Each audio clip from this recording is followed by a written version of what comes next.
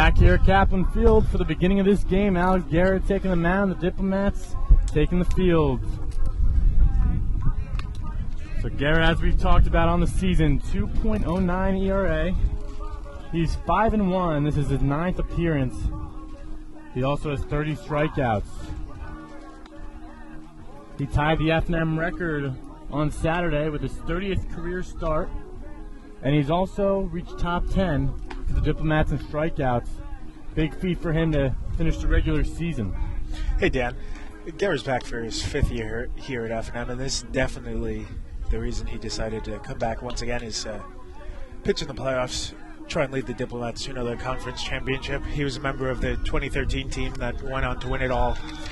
Big and, part of it, too. Yeah, huge part. And he's going to be an even bigger part this year if the Diplomats are lucky enough to win it again. Ace the staff and really proving it here. We're underway. Sean Sevo will lead it off. Sevo on the season has a .315 batting average. He also has 19 stolen bases.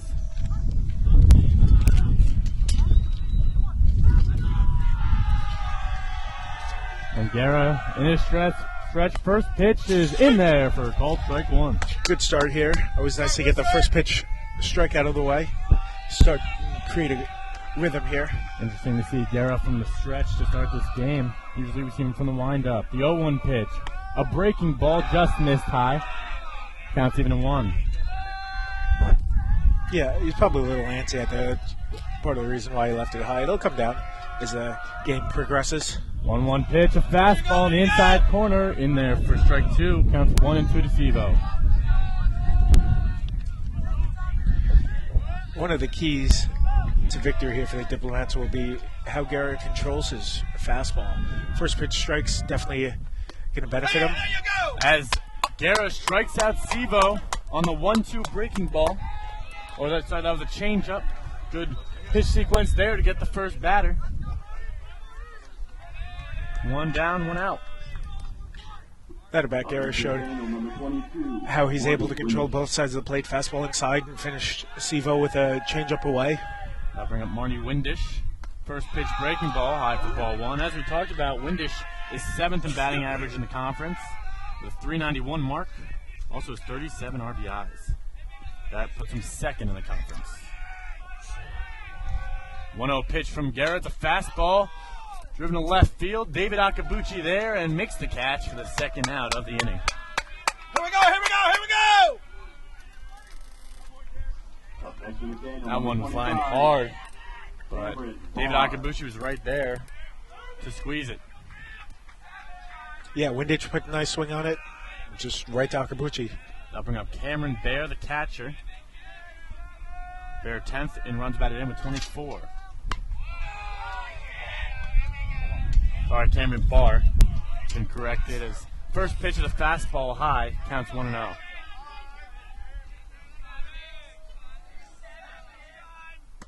Fastball low. Count is now 2-0 to Barr. Barr also has a .396 batting average, putting him 6th in the conference as he calls for time here.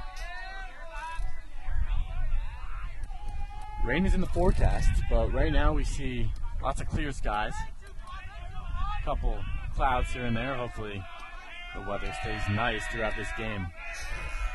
2-0 from Guerra. The fastball at the letters in there for strike 1. Good pitch there from Guerra.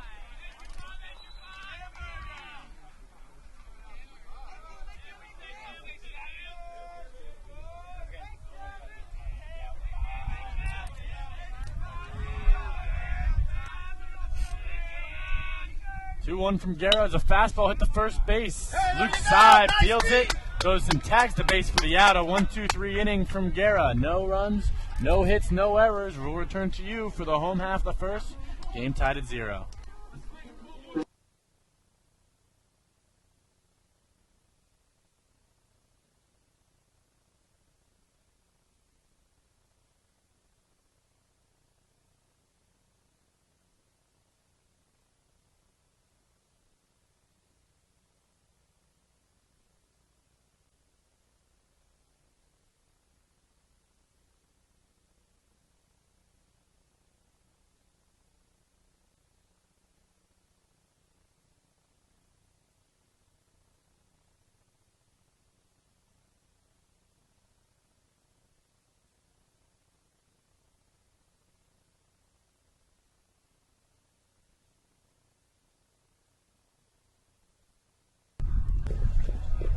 Back here at Caplan Field for the home half of the first inning. Zach Kronik will be pitching for McDaniel. In 10 appearances, he had a 3-1 record over the course of the regular season, 3.186 ERA and 47 strikeouts. That placed him in the top 10 for strikeouts. He was 6th in the conference. The Diplomats put up a little bit of a different lineup here as Matt Mazansky will be leading it off. That was the case in the doubleheader on Saturday versus Swarthmore, but Brett Pineros back in the lineup from a I believe it was a hamstring injury that put him on the sidelines for that doubleheader. Pineros will be batting 7th and playing shortstop, which is big seeing him back in the lineup here for the Diplomats. Yeah, definitely important defensively as he's the anchor out in the middle of the infield, and then also in the batting order, one of the junior captains here really knows how to keep a rally sustained and will be a big part in this weekend. For sure, a big weekend ahead of them. Fighting their way back to the conference playoffs after 1 year absence last year. Total turnaround this year in the 2nd seed. So Matt Mazansky will lead it off for the Diplomats. Has a .273 batting average on the season, 13 RBIs. He also stands 6th in stolen bases with 15.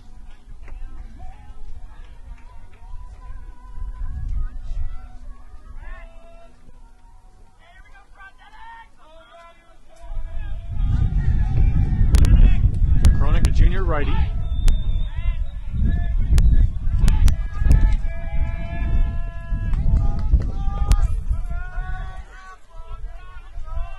Gets in his windup. About to throw his first pitch here.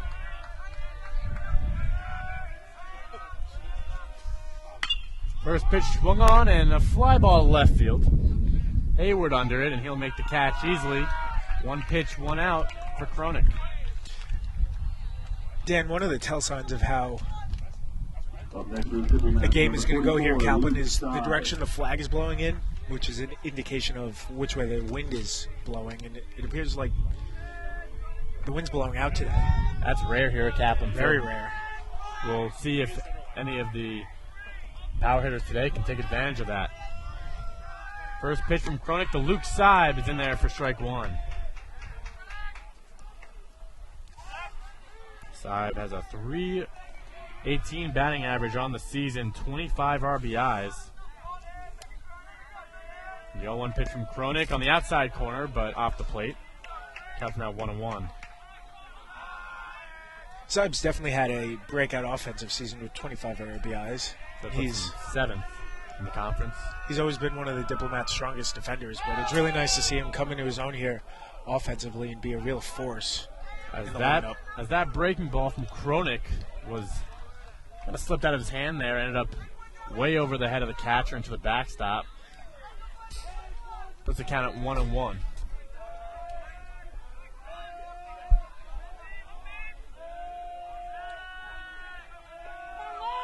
Kronik takes some time, gets his sign, delivers, and Seib fouls back the 1-1 fastball, puts the count to 2-2.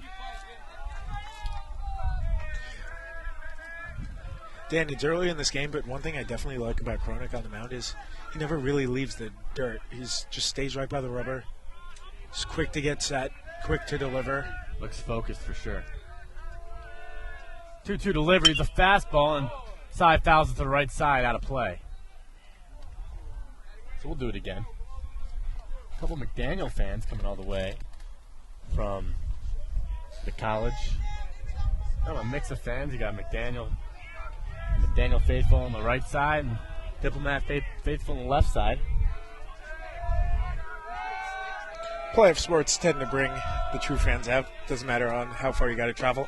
That 2-2 pitch is in there for strike 3, a fastball on the low and inside corner. 2 up, 2 down. That was a good spot there from Kronik. Really caught Seib off guard. Not a hard fastball from Kronik, but definitely has some movement. He places it well. Definitely. Reason why he's starting this first game, the conference playoffs, and also has had much success this season. Dan Morano, the hitter. We talked about him earlier in our broadcast. He swings and flies that ball to right field. But Nick Valori there to make the catch and end the inning. Another 1-2-3 inning here. No runs, no errors, no hits. We'll return to you in the beginning of the second inning.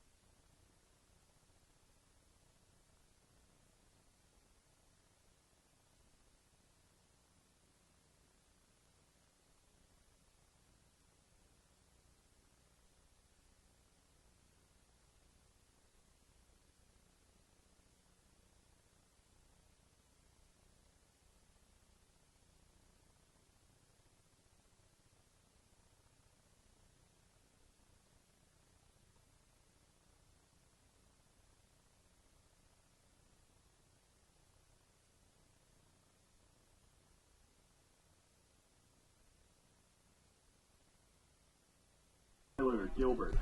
Back here at Caplan Field for the beginning of the second inning. Tyler Gilbert will be the hitter. Darren for his second inning of work. Gilbert playing first base for the Green Terror. First pitch from Guerra is a fastball in the dirt. Counts 1-0. Gilbert has a .324 batting average this season with 23 RBIs.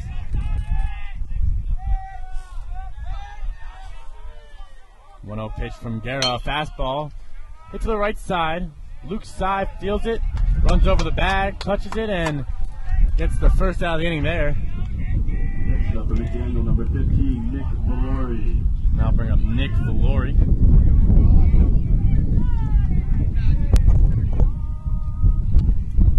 Dan, I spoke to assistant coach Nate Moberg yesterday in the weight room, and one thing he brought up was it'll be interesting to see how his experienced coaching staff for the Diplomats handle the pitching staff. Shoeing, the pitching coaches, been in the playoffs numerous times with the Diplomats. It'll be interesting to see how long they let Guerra go, see if they want to save him maybe for this weekend.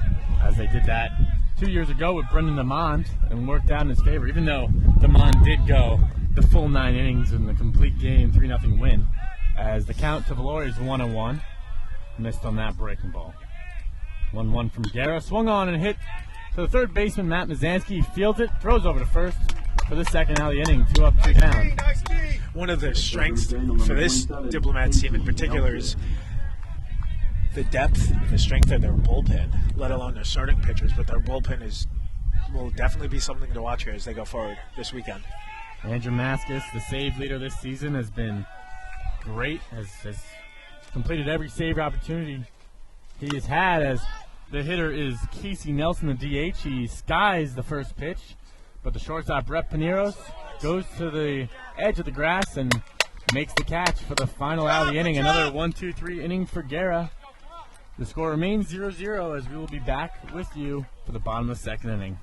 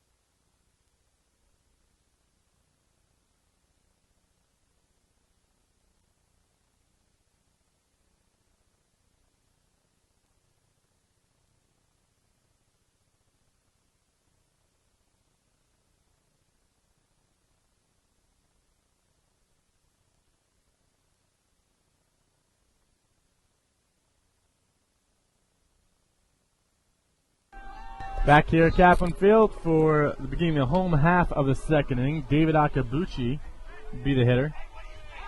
Akabuchi 8th in stolen bases this season. Also holds an impressive .316 batting average with 21 RBIs. The Chronic was perfect to the first. The Franklin and Marshall mascot you here, as we can see Ben Franklin, John Marshall. First pitch to Akabuchi and their first strike. Yep, there. We got two mascots, two diplomats. American staples. As Akabuchi swings at the breaking ball, hits it out to center field where Sean Sevo gets under it. He made the catch, but then seems to have dropped the ball. We'll see what the ruling is. They ruled him safe. They said that was on the catch. Coach Siebert's on his way out to speak to the umpire. Next up for Franklin and Marshall, number 6, Mike.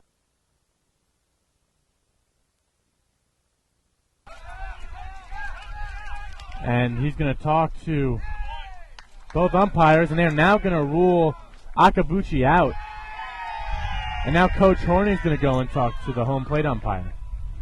So controversy early in this game as Sean Sevo seemed to catch that ball and then drop it within a second of making the catch. Could go either way. That wasn't clearly dropped and transfer. Anyway, they're going to rule him out. Coach Horning walking back to the third base line. The ruling is an out, and that will be the first out of the inning. Bring up Mike Smirglio here with one out in the second. First pitch in there for called strike one, a fastball in the outside corner. Kroenig looks really dialed in here from the start. Smirglio with a .345 batting average, 23 RBIs on the season. 0-1 pitch, same spot there with the fastball. In there for a strike, counts 0-2 to Smirglio.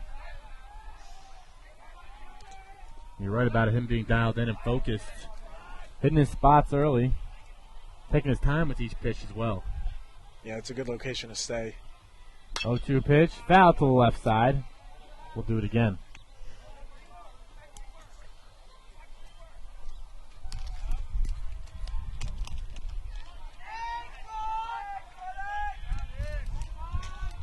Smirglio has split some time in the outfield with Tyler Daly, both showing great success, making it tough for Coach Horning to make a decision. But Smirglio getting a start today in this first game in the conference playoffs as the fastball from Kroenig there is outside for a ball.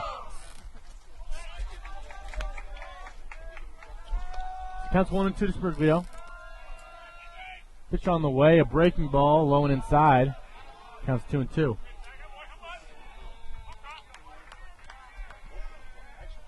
Smirglio was out of the 2014 season, did not play a game due to injury, but did get some experience in conference play in the DH hole for the Diplomats when they were down at Johns Hopkins for that series and played an integral part. 2-2 pitch, the fastball low and inside for a ball. It was a close pitch there, but we're now full of 3-2. Smirglio, nice job of working the count back into his favor here. Big pitch coming forth.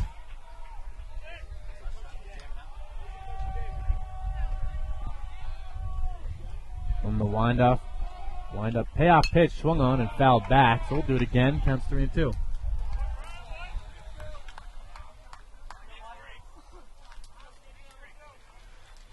Chris Vincent to follow.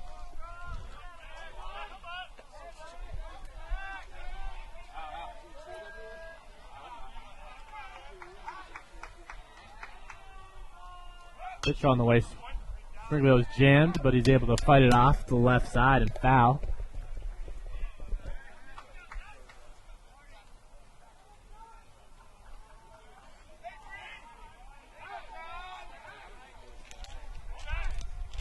Bring on the 8th pitch of this at-bat already.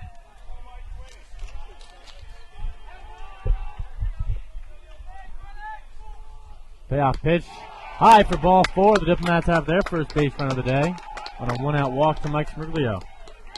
Really nice at bat there from Smirglio. Down 0-2 quickly, but showed patience. Worked the count up and looked at ball 4. Now he's on first. Also increasing the pitch count of Kronik. First base runner on the day for our other team here. Going late in the games will be crucial for these pitchers, as a lot of baseball will be played in the next 3 days. Got to preserve your relievers. First pitch to Chris Vincent in there for strike 1 on the fastball. Vincent holds a .341 batting average, 17 RBIs on the season. It's also been spectacular behind the plate, blocking every ball in his vicinity for the most part. He's done a great job stepping into the shoes of Pat Andrews, who graduated last year. Holds the record for stolen base throwouts, as the second pitch is in there for a strike, counts 1-1.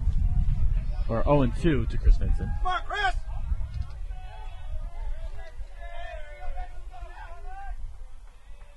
From the stretch.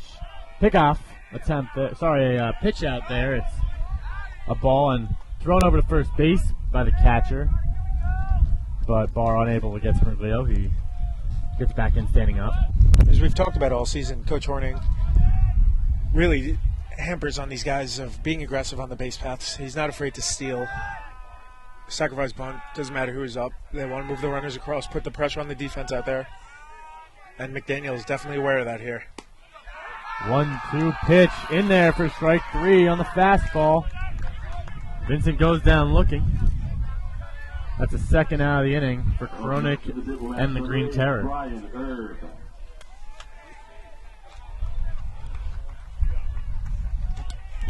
They'll bring up Brian Erb, the lone senior position player on the Diplomats roster. Erb holds a .299 batting average with 17 RBIs, playing center field today.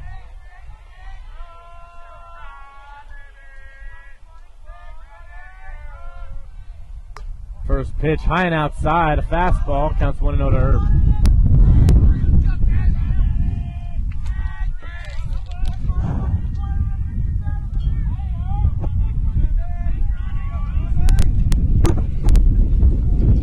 Wind starting to pick up here at Caplan, as I'm sure you can hear.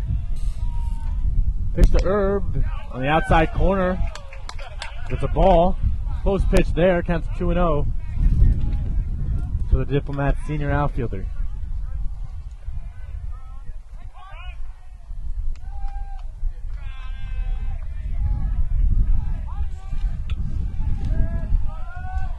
Smirglio, a perfect 6 for 6 on the base paths this season. Takes a big lead. Swung on by Erb, but fouled out of play right behind us. Smirglio is taking a big secondary lead, but Kronik's pretty quick to the plate. So it'll be interesting to see how they approach this going forth in the base paths. Counts 2-1 to Erb here.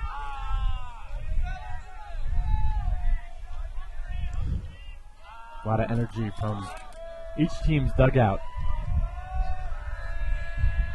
Both of them know it's on the line. A win today puts them in a great spot for the Centennial Conference tournament, as that 2-1 pitch is a fastball off the plate. It's low and outside, so count is 3-1. A hitter's count to Erb. Yeah, Dan, that's a great point. The way this Centennial Conference tournament set up, it's double elimination. Winning the first game is one of the best ways to win the tournament. It really sets you up in a strong position going forth on the weekend. 3-1 to Erb. A fastball on the outside corner for a strike. Count's now full.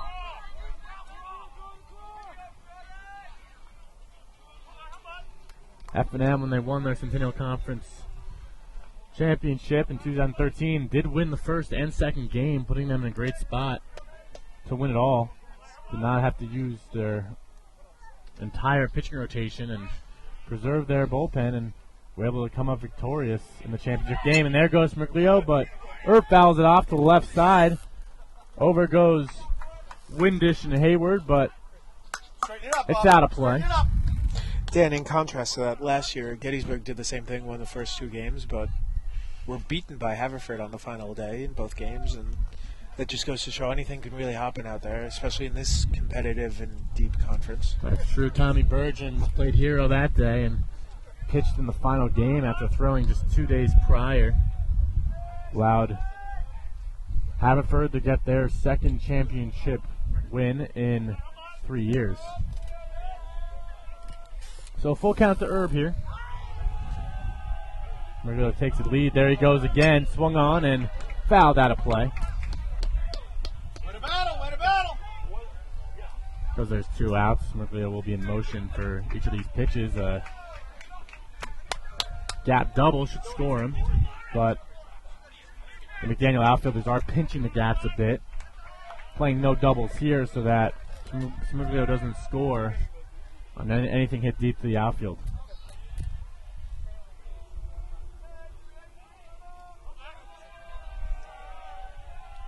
From the stretch, pitch on the way, and that's a fly ball.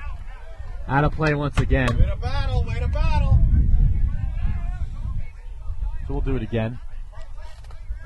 Erb just keeps missing these pitches.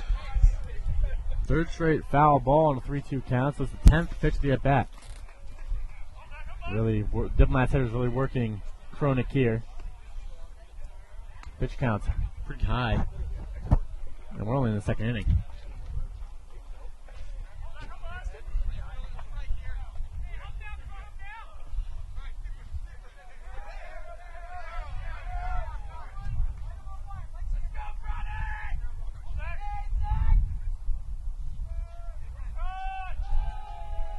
Payoff pitch from Kronik. Swung on and hit to the left side. A high fly ball. It's going to be out of play again. 4 straight foul ball Win this one! from Come on Erb. now! The 11th pitch of the bat.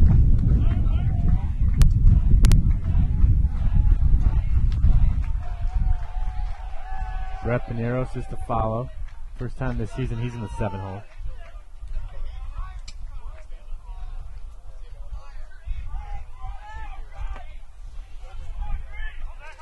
Make it a dozen. Come on now.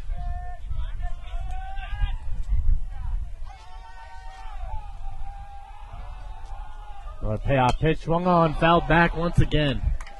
Great fight here from Erb, working the pitch count.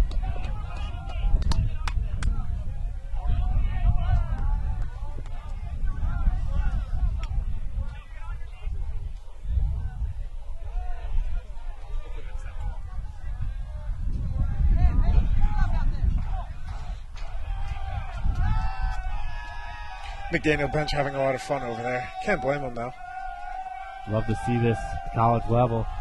Shooting arrows.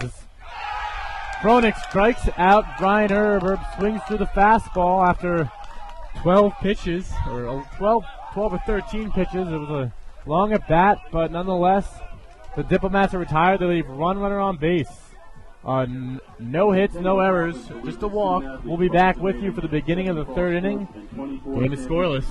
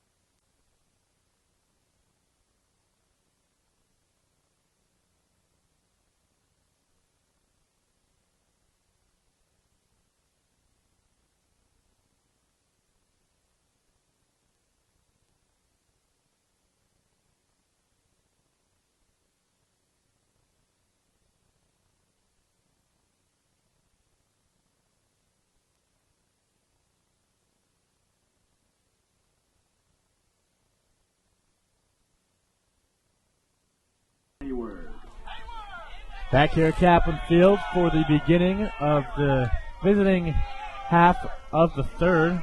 Brandon Hayward, the left fielder for the Green Terror, comes to the plate as the first pitch from Guerra is outside for a ball.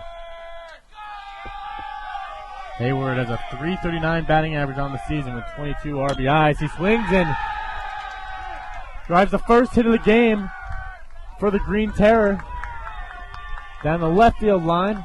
Akabuchi throws it in, and Next up for McDaniel, number 32. that is the first base runner for McDaniel. They'll bring up Tyler O'Shea, the Green Terror's second baseman.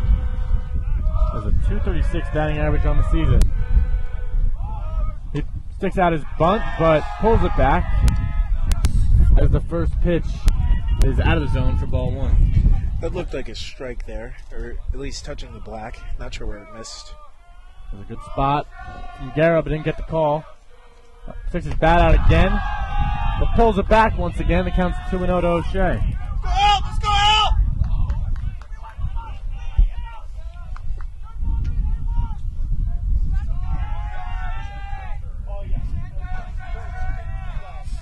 .2-0 pitch. Out of the zone once again with a fastball high and inside. The count's 3-0 to O'Shea. The opposing team's giving away now with the sacrifice. You just want to go in there, throw a strike, and take the out. We'll see It's on early 3-0 enough. if he puts it down. He lets it go, pulls the bat back, and it's in there for strike one. Hitters count 3-1. A lot of debate over whether or not sack bunts are a good way to play the game. We've seen a lot this season from both the Diplomats and their opponents as the 3-1 fastball is in there for strike two.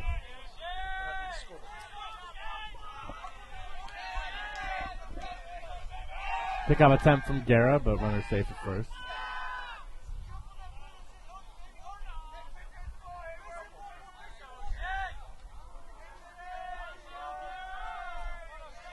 Payoff pitch coming. Hey, there you go! In there for called strike three. Looked like a changeup. Low and inside, got O'Shea looking. Garrett didn't make it easy on himself, but he was able to battle back, get the out, keeps the runner on first. Now bring up Antonio Rosanova, the Green Terror shortstop. Just a freshman, but batting .348 on the season, with 18 RBIs. Also 10th in the Centennial Conference with stolen bases as Hayward is running on the pitch and slides in safely.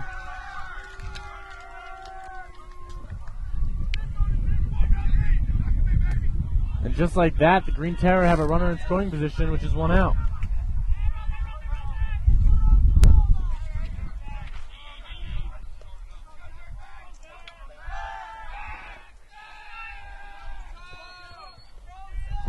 Guerra keeping the runner close to second.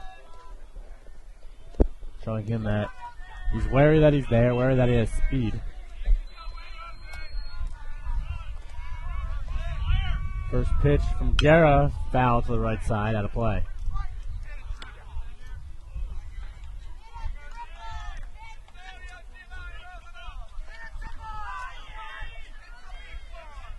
The wind really blowing out right now.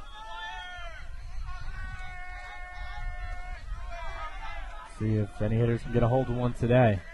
It's their best bet as a breaking ball is high and out of the zone.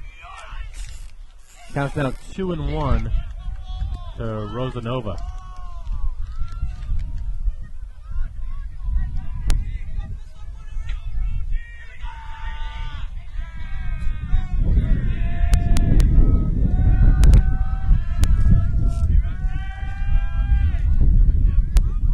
One from Guerra, fastball in there for a strike on the low and outside corner. Good location there for Guerra. He's been working that fastball in the outside corner all day so far. It's been working for him.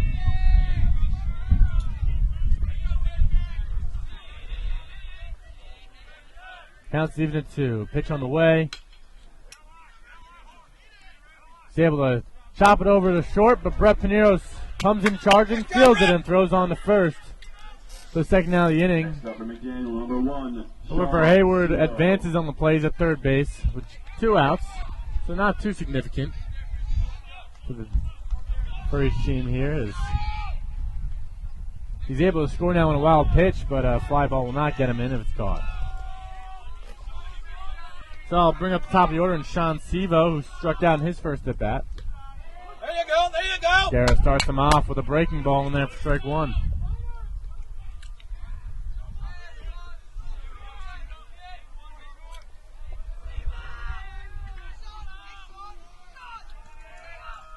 Oh, 1 pitch. A change-up swung on and missed. Sevo's early on that one.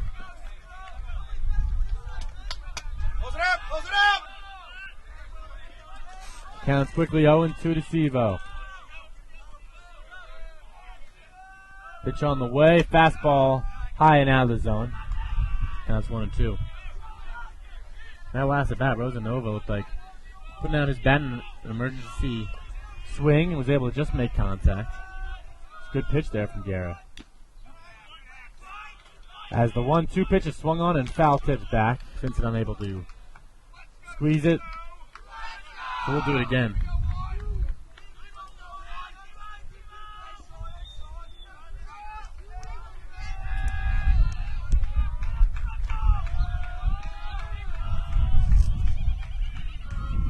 One-two pitch from Guerra, breaking ball, swung on and hit to the second baseman Bulik. He fields it and throws on to first for the final out of the inning. So no runs, 1 hit, 1 runner left on base. We'll return to you in a scoreless game for the home half of the third inning.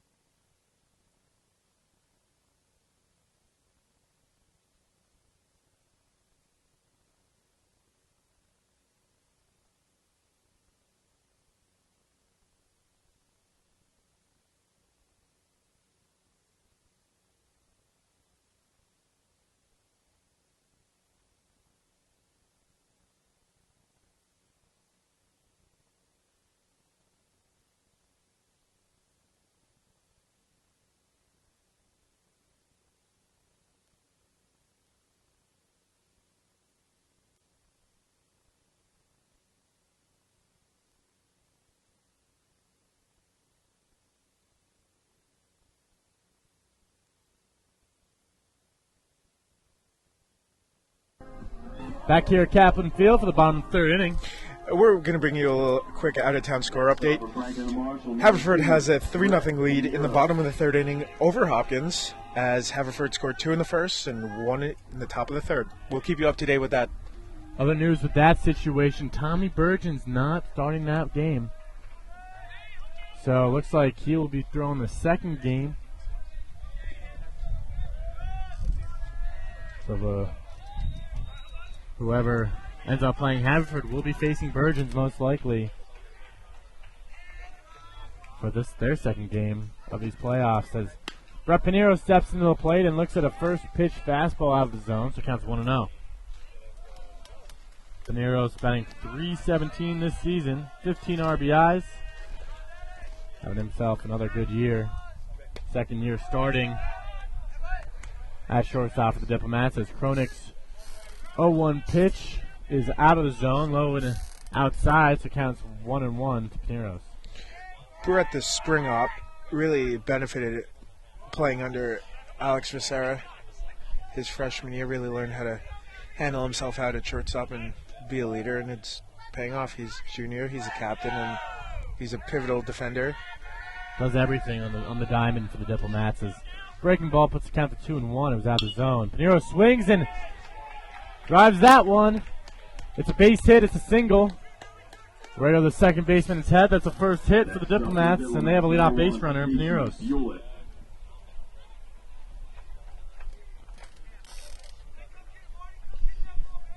And we'll see if Bulik is going to put out his bunt in an attempt to get the runner over. However, also does so to bunt for a hit often. Has shown much success doing that.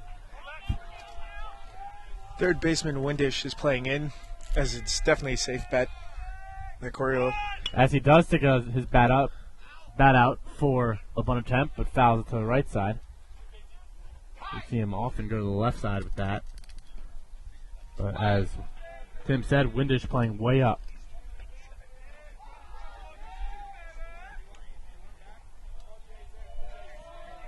You look on the season, batting .236.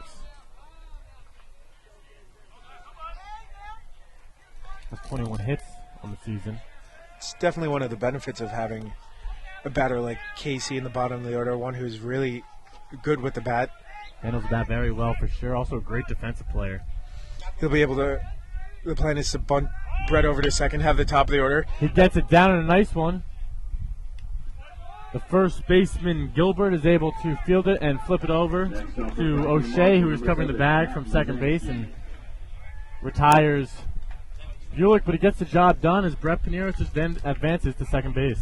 That's exactly how Horning drew it up and has drawn it up all season. Lead-off single, move him over to second with a sacrifice, and now at the top of the order. Could be his method in putting Brett Pineiros ahead of him, knowing that Pineiros handles the bat well, able to hit for contact, get on base a lot, and then Casey Bulik moves him over. Good strategy from Coach Horning. Yep. So Matt Mazansky, the hitter, 0 for 1 on the day, flew out to the left fielder in the first pitch of this ball game.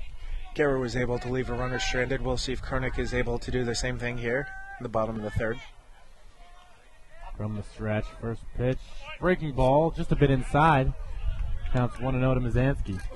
It's a good idea, good pitch there from Kronik. Mazansky's last time at bat, he swung at the first pitch fastball, quick out. Mazansky's second Centennial Conference tournament appearance. Had some career numbers, hit 2 home runs during that tournament, one in the first game against Hopkins. Really showed what he's worth for this Diplomats team, as that fastball is on the outside corner in there for a strike.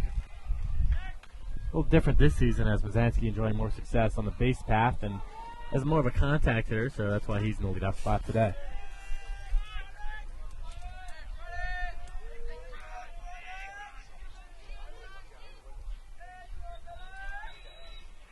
One from Kronik. In there on the outside corner for a strike.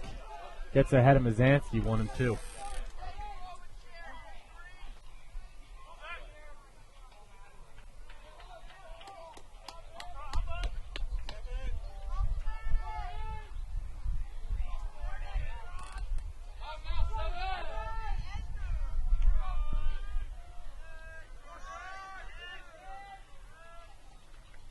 One-two pitch, fastball way high.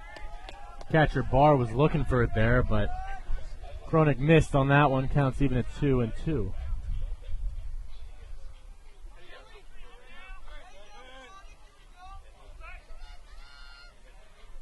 Second baseman O'Shea way over near the bag, and first baseman Gilbert far away from the line. Swung on and fouled back, so we'll do it again. So there's a huge space between first base and where Gilbert is playing. Mazansky has had experience hitting the ball that way. 2 years ago against Gettysburg, had a big 3-run double down the first baseline, hit it right where the fielder is not. We'll see if he uses that to his advantage right now.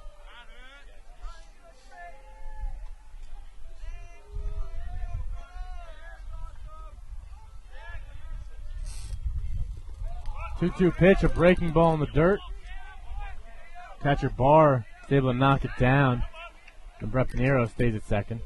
Barr does a nice job keeping it in front of him, getting around that one and blocking it with his chest, not allowing Pineiros to advance.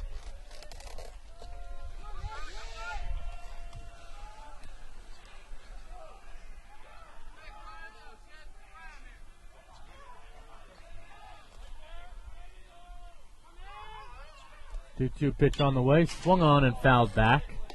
Good hack there from Mazansky. We'll do it again. Counts even 2-2. Let's battle, let's battle.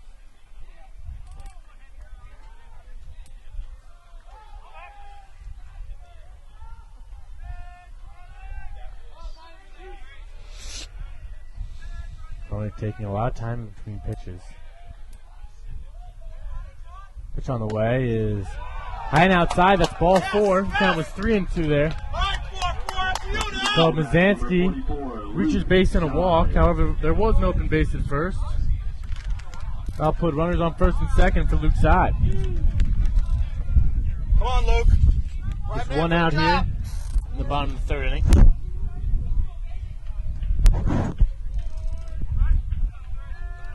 Side struck out looking in his first at bat. Handles the bat very well as well. Put down a lot of bunts this season with the third baseman back. We'll see if he goes with it here. Runners go. Looks like a hit and run there as Saib swings and fouls that one back. There's a big hole between first baseman and second baseman here, I think. Yep. Saib is going to look to push it that way.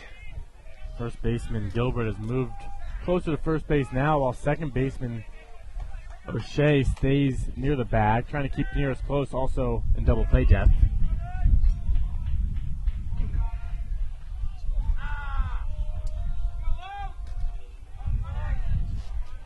Big hit here, big hit. Cornick still taking his time from the stretch. And the 0-1 delivery. Swung on and foul to the right side, out of play. Cornick gets ahead of Saib, 0-2.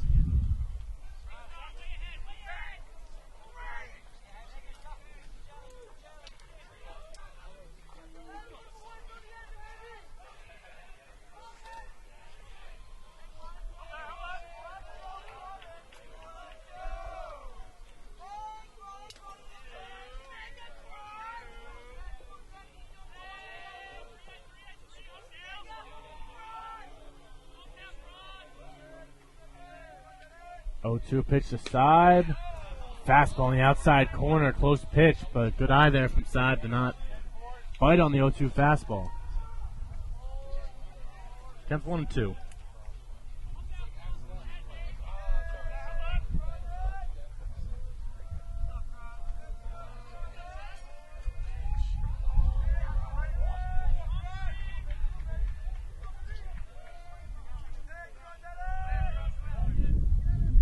Cronix 1-2 pitch. Swung on to right field, tailing foul, however. Good contact there, but hits to the right side, right by the visiting bullpen. We'll do it again.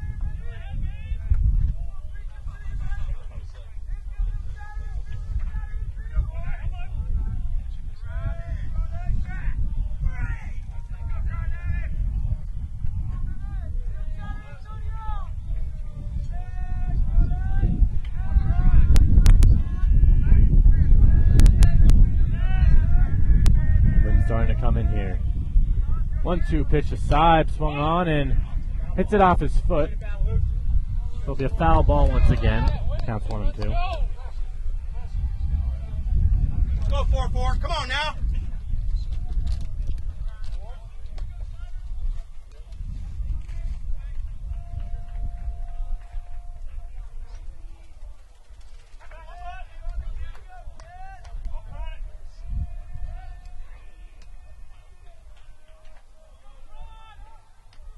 Big spot here for Saib and the Diplomats.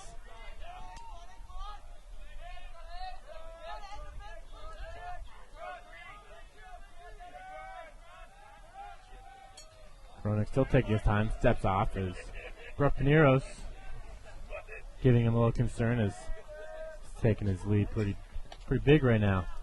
Cronix understandably focusing a little bit too much on Pineros over there. There seemed to be a little miscommunication between him and Rosanova, the shortstop. As the breaking ball is low and inside, Luke Saib looks at it and counts now even at 2. 2 close pitches there that are real balls. Go 4-4. Dan Morano to follow. Diplomats approaching the hot spot of their lineup. We'll see if they can execute here. 2-2 from Saib. And he swings and misses at the fastball on the outside corner. Chronic retires side for the second time today. And now bring up Dan Morano. Came into the day batting .398. Flied out to right field in his first at bat. Runners still in first and second here. Shortstop keeping Pineros close. This is another inning where the Diplomats really working Chronic's pitch count. It'll be interesting to see. As Barr is able to block that ball down and not let the runners advance. Doing a nice job behind the plate. It'll be interesting to see what Coach Siebert does with Chronic, how far he wants to let him go. Has worked the pitch count pretty high in just 3 innings of work.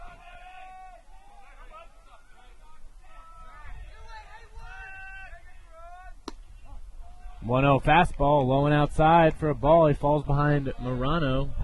2-0.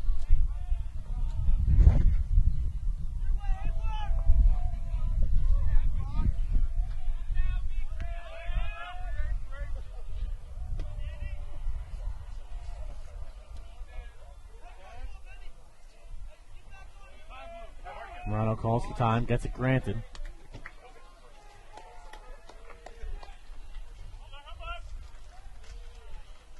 As we talked about, Morano just a freshman, but is proven to be one of the Diplomats' best hitters this season.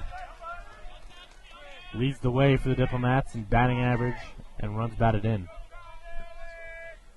2-0 pitch, swung on and fouled out of play to the left side. Counts 2-1 to Morano.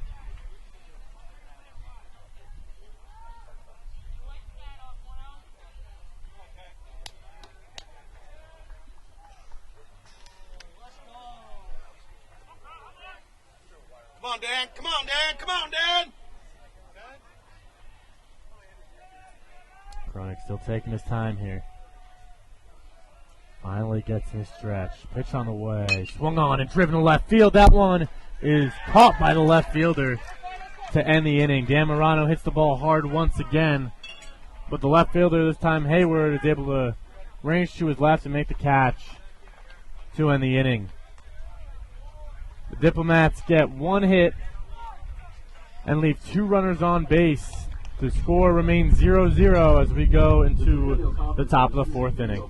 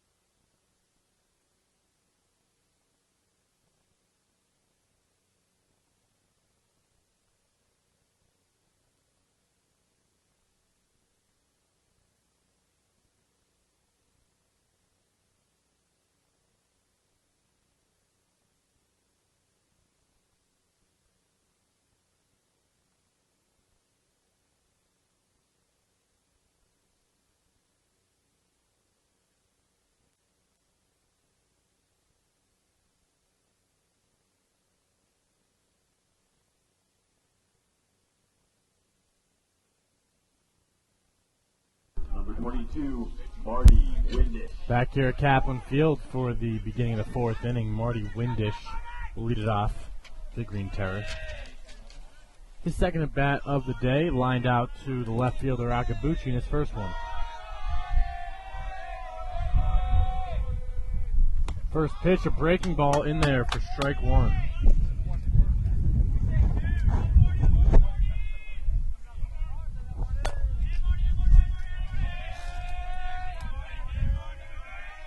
Oh, 1 pitch, a fastball just below the knees. Counts even at 1.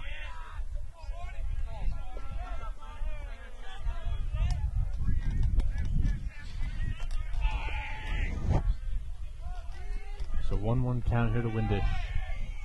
The delivery, another fastball, this one in the dirt. Out of the zone, counts 2-1.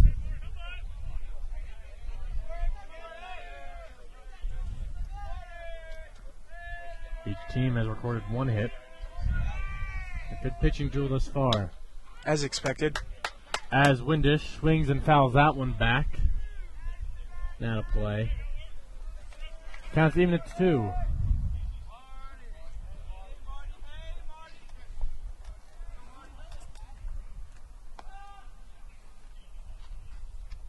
Guerra has also kept his pitch count low. Been able to be very efficient on the mound thus far. Definitely looking to go deep in this game, but we'll also see the Diplomats get a lead and how far he will go, knowing that he might be pitching later in this tournament. Very possibly as Windish fouls off the 2-2 pitch. We'll do it again. And when you have a strong bullpen like the Diplomats do, you want to use that to your advantage and show it off a little bit, as I'd like to say. We saw that in the doubleheader this weekend as they used every senior reliever in a situation and also went to some underclassmen as well, as a great breaking ball from Guerra that just misses the zone. He seems to fool Windish on that one, but umpire says it's low and outside. I think Massis got both saves that day, right? He did, and Matheson got both holds. So it went Matheson, Massis, 8 and 9, as Windish swings at the breaking ball and fouls it to the right side, out of play.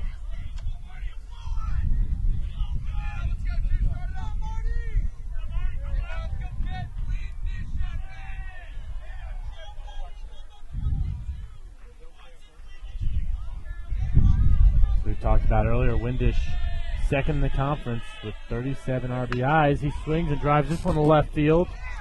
It is a fair ball against the left field wall. David Akabuchi corrals it, throws it in.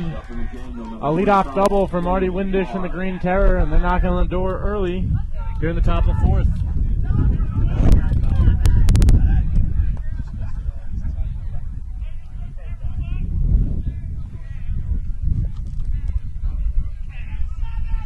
Windish on second base. Cameron Barr, the hitter. Barr grounded out to Luke Seib at first base, his first at bat. First pitch to Barr, a breaking ball outside. Counts 1-0.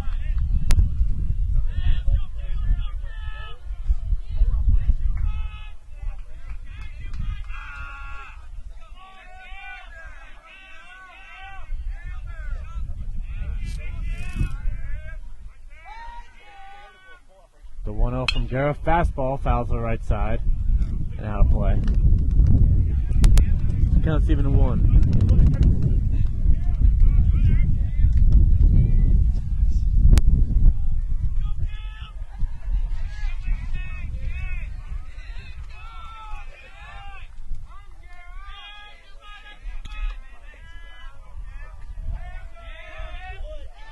Barr calls for time. Guerra taking a bit more time here than usual. Has been working fast thus far, but now with the runner on second base, he's cautious of his speed.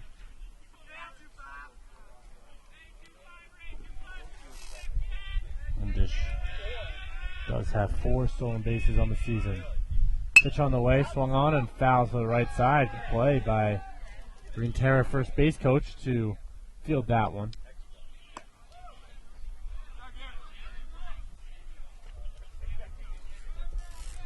So it counts 1-2 to Barr. Close it out. Garrett could really use a strikeout here.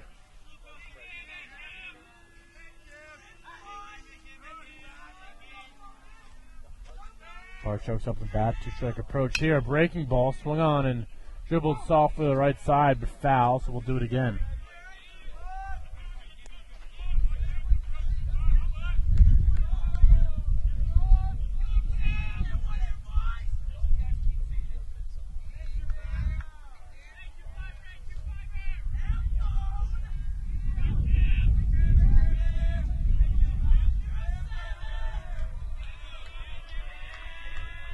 Barr, Jr. on this Green Terror roster. Most of the starters are juniors, actually, so a lot of potential for next year as well, as that fastball from Guerra is just a bit high. Close pitch, counts even to 2.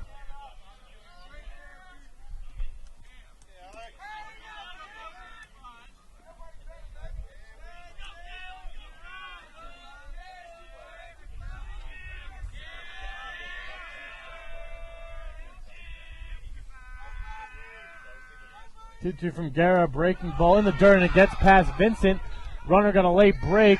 He goes to third, slides in safely. Mark that one a pass ball. Tough break there for the Diplomats. We rarely see that from Vincent, able to smother most of balls that are in the dirt. That one got by him just enough for Windish to reach third base. So a fly ball will most likely lead to a run here if it's deep enough. Middle stays back. Corners are about halfway. Barr swings and fouls that one back. Barr pitched a really good swing on that one. Just missed it. The approach changes a bit here as he's trying to drive this one to the outfield. But seems with a ground ball at second or short would most likely score the runner as well. Diplomats aren't trying to get the out at home plate necessarily as Barr fouls it off once again. Another long at bat here. Showing good fight with 2 strikes in the count. Yeah, with nobody out, Barr just has to put the ball in the outfield, either in the air or on the ground, and the run will score if hit far enough.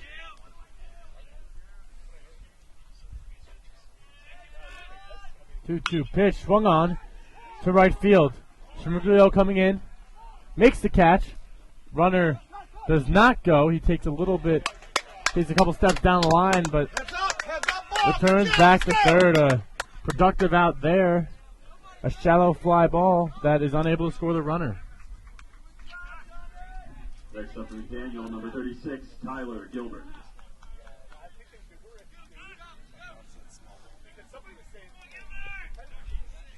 So that brings up Tyler Gilbert, who grounded out to first base back in the second inning in his first at bat.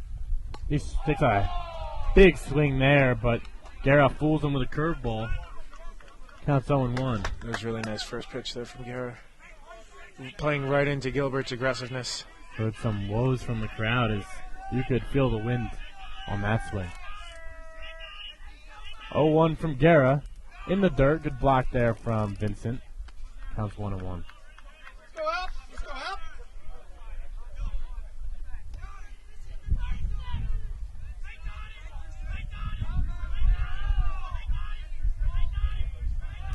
Guerra's 1-1 pitch. Gets ahead of Gilbert there, who's late in the outside fastball.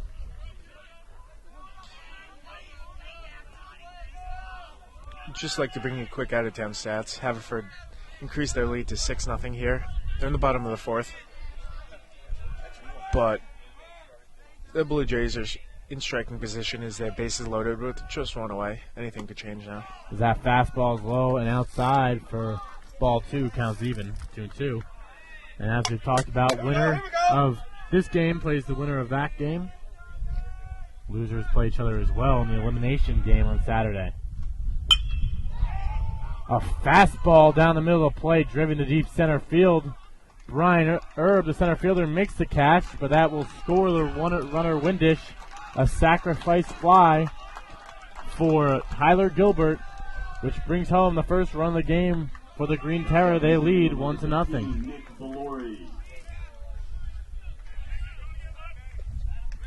First run of the game here. We're on the board. And that's going to bring up Nick Valori, who grounded out to Mazansky at third base, his first at-bat. Go for one of the day. First pitch, fastball, swung on and fouled to the left side, out of play. Counts 0-1.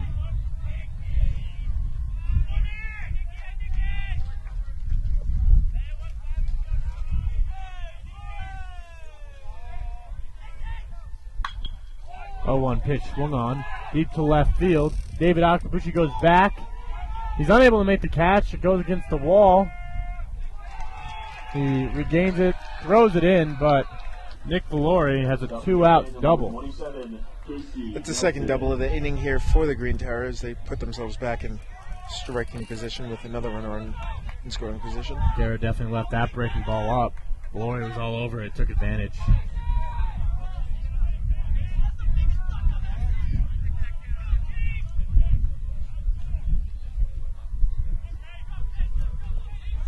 So runner in scoring position here for Casey Nelson, who is 0 for 1 on the day. Flied out to the shortstop, Pineros. First pitch is a fastball from the outside corner in there for strike one.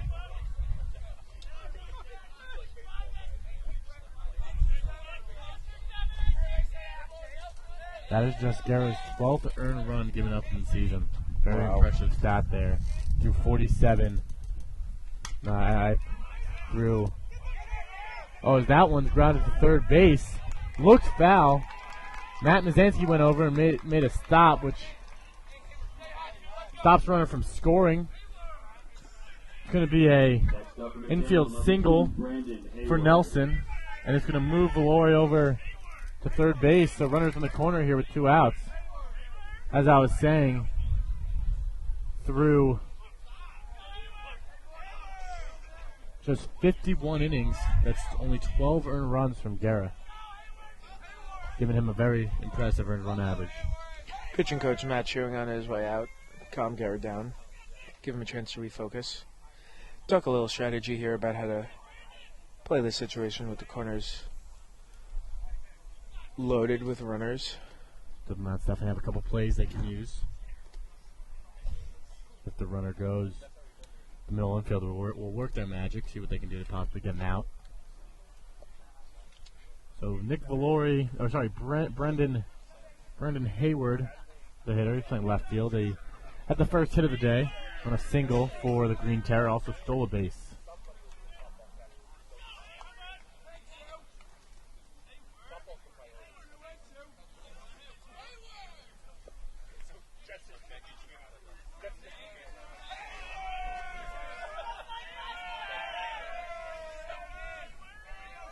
First pitch from Guerra. Change up in there for strike one. Good spot. Now it's Guerra.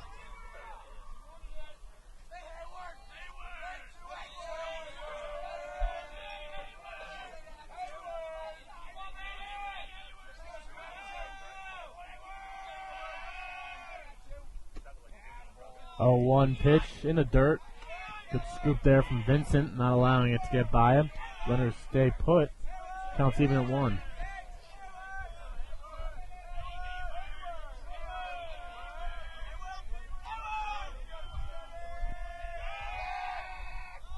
First to third move there from Guerra. The runners aren't going anywhere.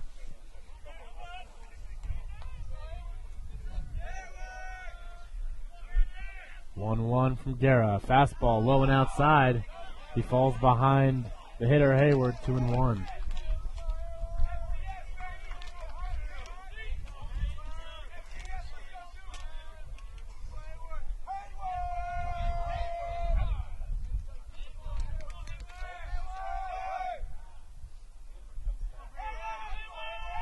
Guerra's 2-1 pitch.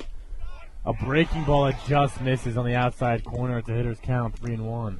It's a good spot there. But this home plate umpire has been really consistent and tight with his strike zone, not giving a lot of outside pitches to either guy in the bump today. I agree. Definitely been squeezing on the outside corner. That one's a fly ball to right field. In comes Smiglio. He dives and unable to make the catch, and it's in fair territory. Dribbles all the way to the visiting bullpen in right field. Another runner's in. And Hayward's aboard with a 2-out RBI double. Nelson advances to third base as 2 runners are in scoring position now here in the top of the 4th.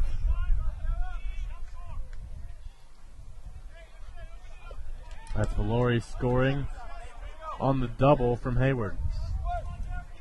Tyler O'Shea, the hitter, 0 for 1 on the day. Gary needs this out here. First pitch fastball is at the knees and there for a strike.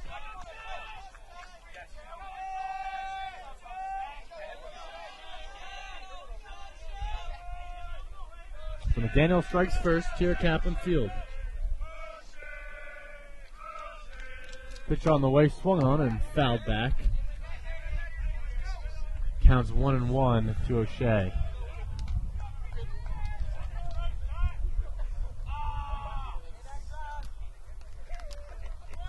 O'Shea came into this game betting 236. Just a sophomore on this McDaniel roster. A lot of young guys, as I mentioned before. For both teams. Both teams, for sure. Only 3 seniors in the starting lineups for both teams combined. As that curveball is in the dirt. Good block from Vincent. Couldn't get O'Shea to bite in the 2-strike pitch, so the count's even at 2-2.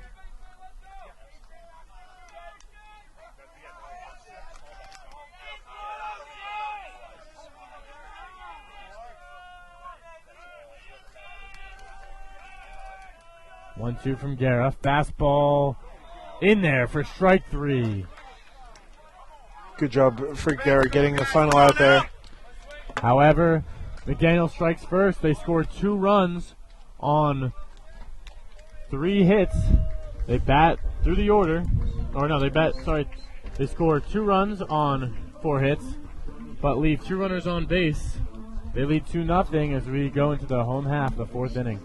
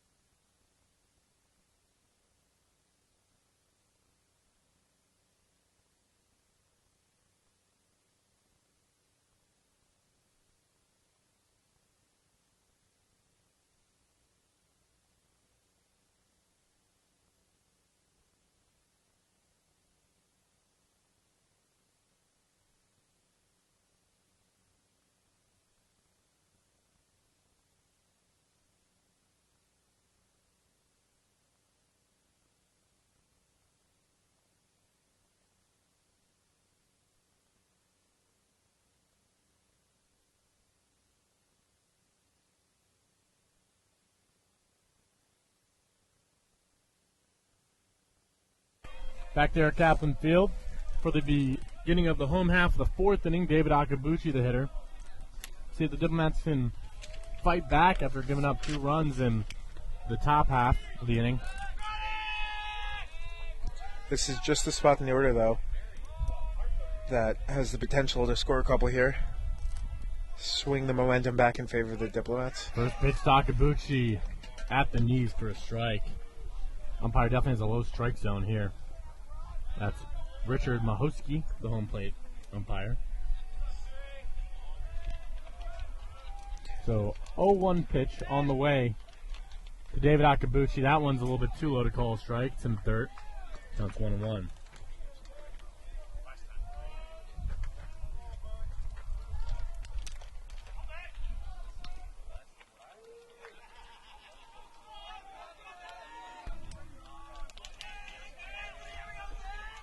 One pitch. Akabuchi swung on and hits the second baseman O'Shea. He fields it and throws it over the first baseman's head. Oh no! I apologize. That is a catch and an out. On the tag. Bucci slid in there at first. Looked like he got under it, but apparently not. Gilbert able to make a high reach. Looked as if that ball was going over the head of the first baseman. Had me fooled, but Gilbert able to extend, make the catch, and tag out Akabuchi on the slide. So I'll bring up Mike Smirglio, who reached base on a walk back from the 2nd inning. First pitch from Kronik, swung on and driven to left center field. That one is going to fall in the gap and go all the way to the wall. Smirglio is on his horse. He's rounding second base and returns back a 1-out stand-up double for the Diplomats junior outfielder. Next up for the Diplomats, number 23, Chris Vincent. That's just the thing both the Diplomats and Smirglio needed. A little double there, get him into scoring position. Mike can clear his head after having a tough play out there last half inning. Not one you're expected to make, but one you'd like to make, save a run scored. But making up for it here with a stand-up double. We'll see if his teammates can bail him out and drive him in. Chris Vincent, the hitter, who's 0 for 1 on the day. Struck out in his first at-bat. Roenick from the stretch. Taking his time, but throws over to first. First pitch swing, a high fly ball, foul territory on the first base side, but the first baseman Gilbert is there. Makes the catch for the second out of the inning.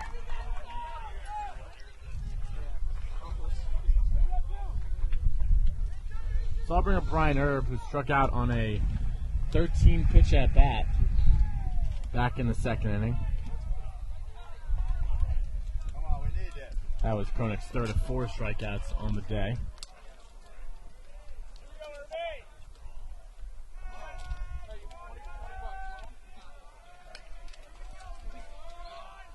Erb has 17 RBIs in the season, trying to tack on to that number here with Smirglio in scoring position. Swung on and hit softly to a first baseman Gilbert. Fields it and tags the base for the final out of the inning. So no runs on 1 hit, 1 runner left on base.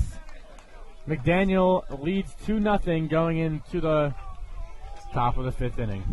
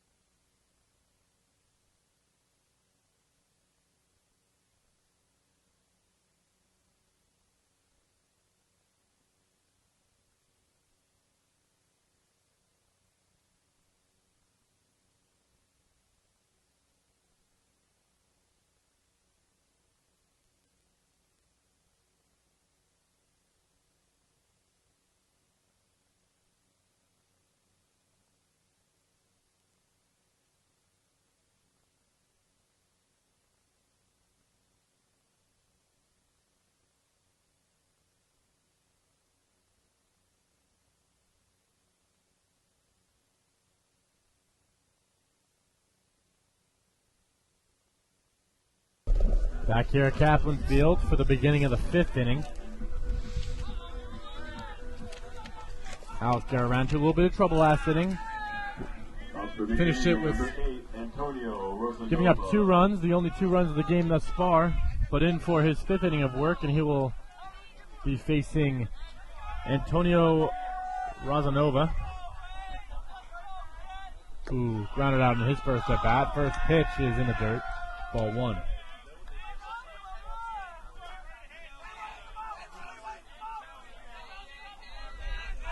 1-0 pitch from Guerra, swung on up the middle. Casey Bulik to his right, slides, unable to field the ball without it coming out of his glove. Throws the first, but runner safe at first. Tough play for the second baseman Bulik. We have seen him make some plays like that before, however. Nonetheless, leadoff base runner for the Green Terror. Rosanova, the shortstop, has some speed out there, so even if Bulik was able to field it cleanly, it would have been a really tough play to get it across to first in time for the out, but he kept it in the infield, which is just as important. Doesn't allow the runner to advance to second. As Sean Sevo, the hitter, swings at the first pitch and fouls it back. Sevo 0 for 2 on the day. You do not want to allow Sevo to get on base, as he is second in the Centennial Conference with stolen bases with 20.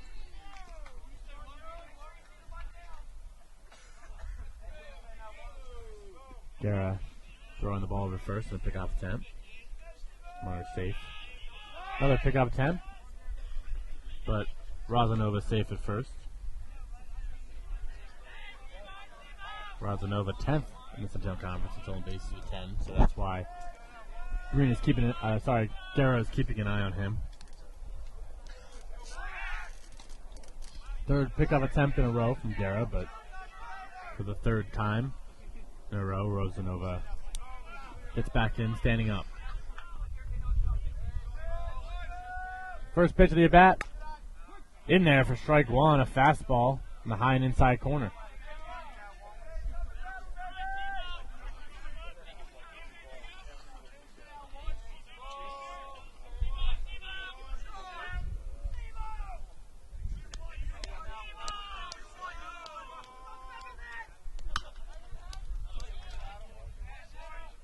1 fastball swung on and fouled back out of play, so Guerra gets ahead of Sivo, 0-2.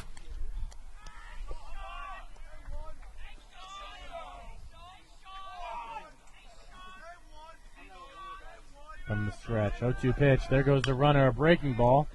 Sivo fouls it off, out of play. So Rosanova will have to return to first base. That was a good pitch for Rosanova to go on. Curveball. Would have been tough for Vincent to get him out at second, and he also had a good jump there. He did have a good jump. Got bailed out on the nice curveball by Guerra that Sivo had a swing at.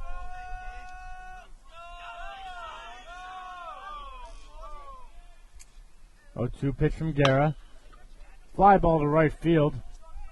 Over goes Smirglio, but it's out of his reach and against the right field wall in foul territory. So we'll do it again. Counts 0-2.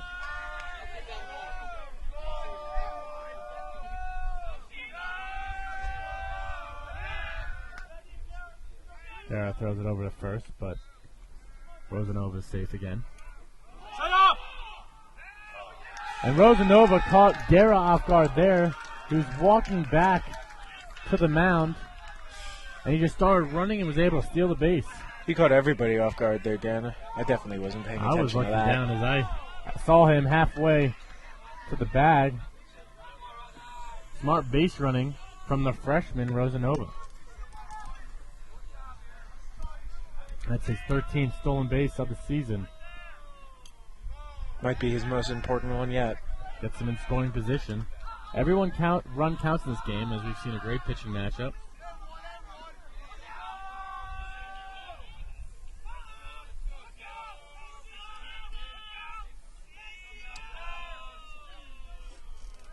Guerra's 0-2 pitch is a fastball, foul to the right side, out of play.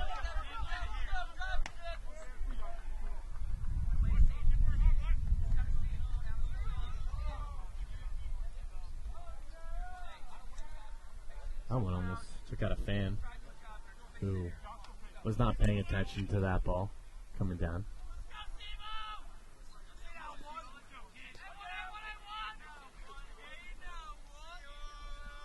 Sivo working the bat here, but down 0-2.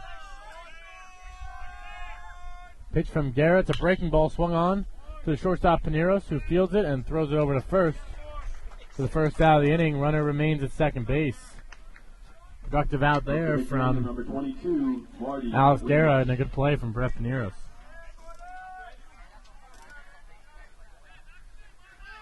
They'll bring up Marty Windish, who doubled and scored in his last at bat. He's at 1 for 2 in the day.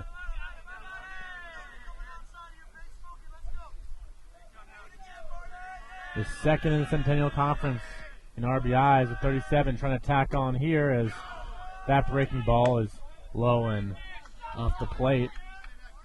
Counts 1-0 to Windish. Windish got things started last inning. The leadoff double came around to score.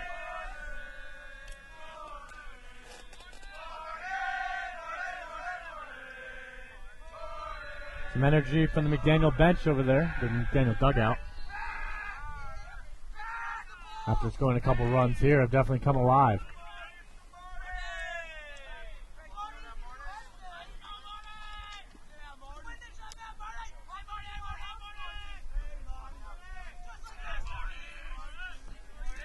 One-0 pitch. There goes the runner. Great pitch to steal on as that ball was in the dirt. Rosanova steals his 14th bag of the season, his second in this sequence as Chris Vincent comes out shaking up a little bit. Ball might have hit him in the foot or the thigh. He's a tough kid behind the plate. Just rub some dirt in it, he'll be okay.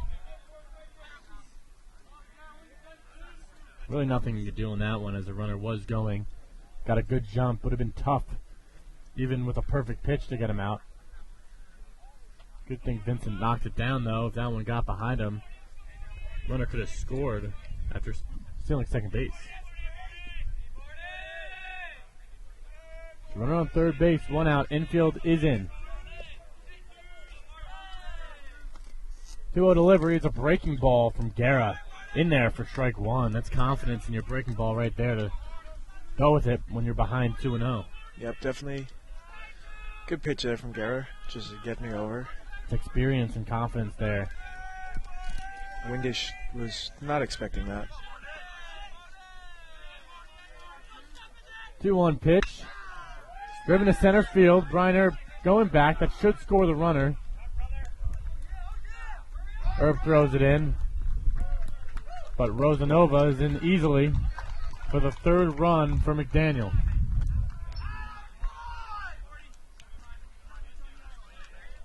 So a sacrifice fly and an RBI. Windish's 38th of the season. Next up for McDaniel, number 25, Cameron Barr. I'll bring up Cameron Barr, who is 0 for 2 in the day.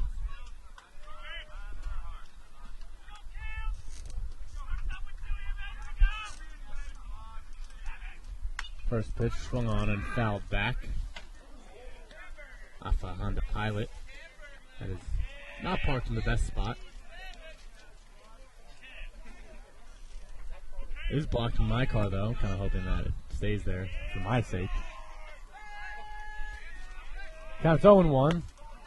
Fastball is low for a ball, so we're even at 1-1.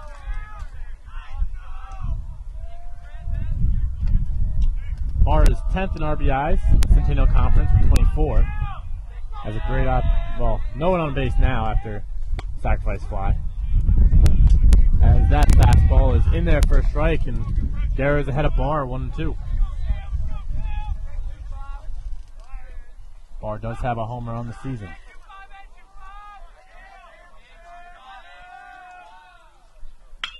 As he swings and hits that to the shortstop Pineros, who fields it, throws on to first for the final out of the inning. But the Green Terror tack on a leadoff double from Antonio Razanova, so 1 run, 1 hit, no one left on base. The Green Terror lead the Diplomats 3-0 going into the bottom half of the 5th inning.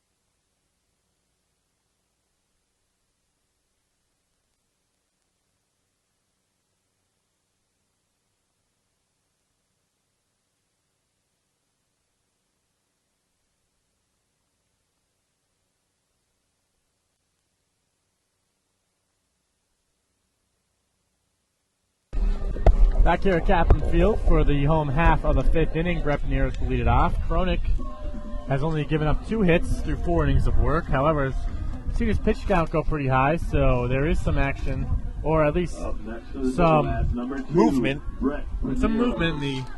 In the visiting bullpen, as looks like a lefty and a righty both getting loose.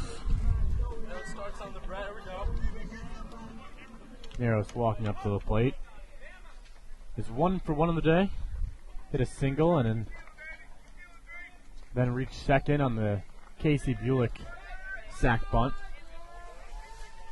As we talked about, first day that Pineros is in the 7-hole, has been the leadoff hitter all season, and we kind of assessed that that's the case because of his consistency in getting on base this season, and then Casey Bulik's consistency getting his bunts down, and it worked for the Diplomats back in the 2nd inning.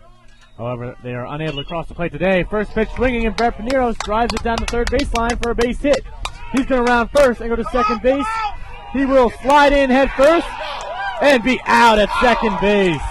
A great throw from Hayward in left field. He threw a dart to 2nd base. O'Shea tags out Brett Pineros. Next up for the Diplomats, number 1, Casey. Great play there from Hayward, getting it in quickly, accurate throw, and then a nice job of O'Shea at second base. Just lay the tag on out there.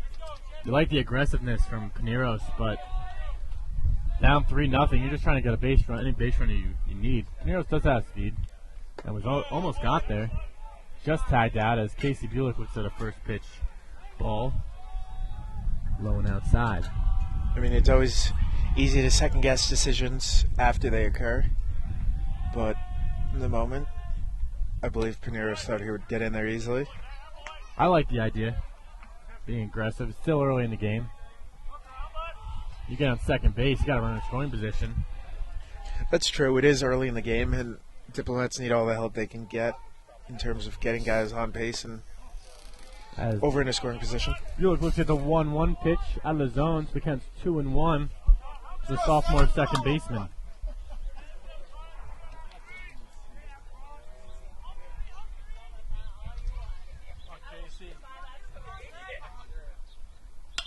The 2-1 pitch is a bloop over the second baseman's head, over the first baseman's head, but the second baseman O'Shea recovers and is able to make the catch. Up next for Franklin and Marshall, number 7, Matt Mazansky. 2 up, 2 down, and I'll bring up Matt Mazansky, who's 0 for 1 of the day. Walked his last at bat.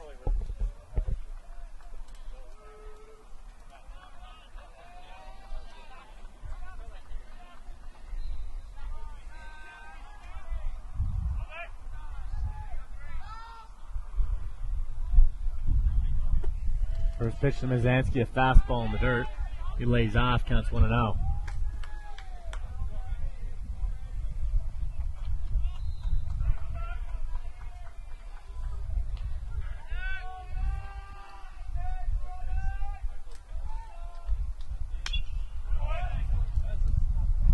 Mazansky fouls that one back.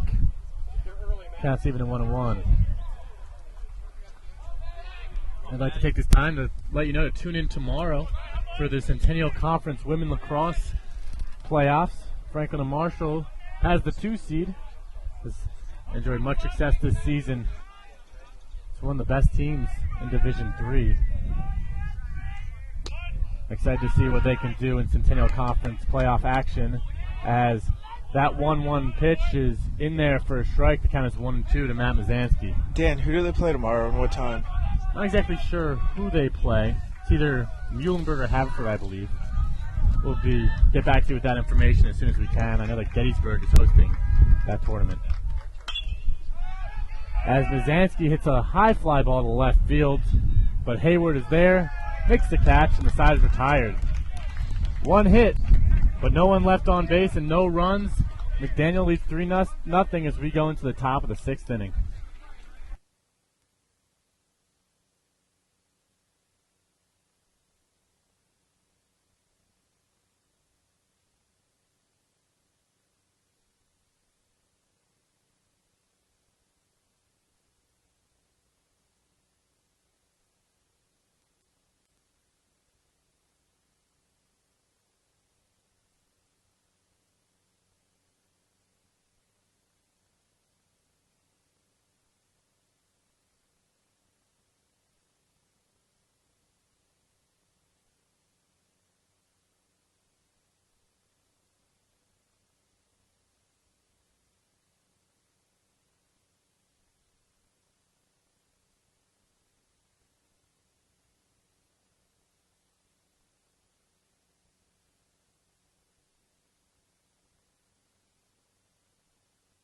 Back here at Caplan Field for the beginning of the 6th inning. We did get note that women's lacrosse conference game will be on Saturday versus Washington College, the 2 and the 3 seed. So make sure to tune in 2 days for that big game. As we're back here for the top of the 6th inning, the hitter is Tyler Gilbert, who had a sacrifice fly. His first at bat, he drives that one between first and second. Casey Bulik dives, makes the play, and throws on the first for the out. A phenomenal play there from Casey Bulik, who completely laid out for that ball. Looked for sure to be a hit. Just an example of his great defense this season. You love to see that. Might be struggling at the plate, but you don't let it affect your defensive game, and Casey Bulik's been doing that all year, reason why he finds himself on the field every day. So one out here as Nick Valori is at the plate and looks at a first pitch fastball in the dirt. Counts 1-0. Second pitch is a fastball once again, fouled back. Now the play, count is even at 1-1.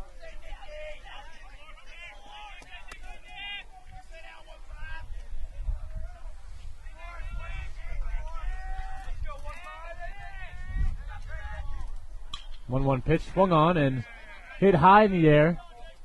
Third baseman Mizanski and left fielder Akabuchi go to the fence, but it's out of play. The count is 1-2 to Valori.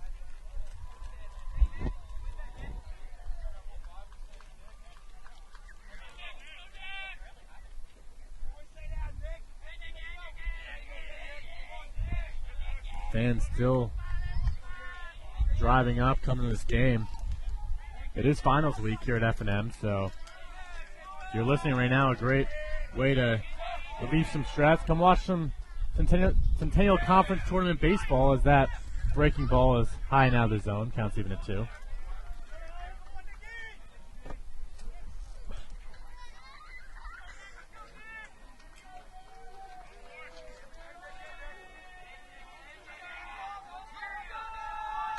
There's 2-2 pitch. Fastball high.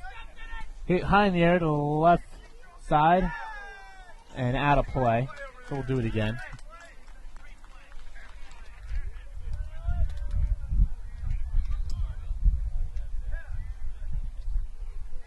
The wind has died down quite a bit, and this is around the time we thought we were going to get rain. Knock on wood that it stays this way. As that one's driven to left field, but foul. Hit hard from Valori, who doubled in his last at-bat and scored the second run of the game. 1 for 2 in the day. Valori also 5th in RBIs this season with 27. Pitcher on the way, swung on and missed. Already foul, tipped it. And Chris Vincent unable to hold on. So it's a foul ball. We'll do it again. Great pitch there. Fooled Valori. But lucky for him, he gets another opportunity here. This is a fastball. That's foul to the left side. That's foul. So the count's even at 2-2 again.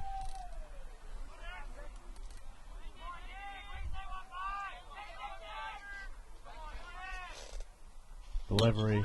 That's a base hit for Nick Valori to left field. His second hit of the day.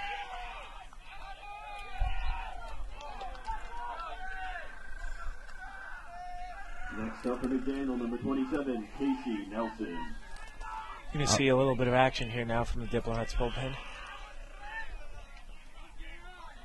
Not sure who's warming up. I would suspect the trustworthy Mathewson warming up, but we'll find out. Mr. Reliable.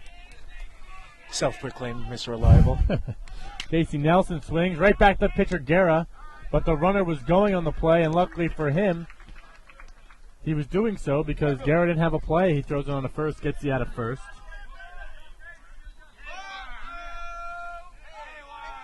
Second out of the inning, but Green Terror have another runner in scoring position here.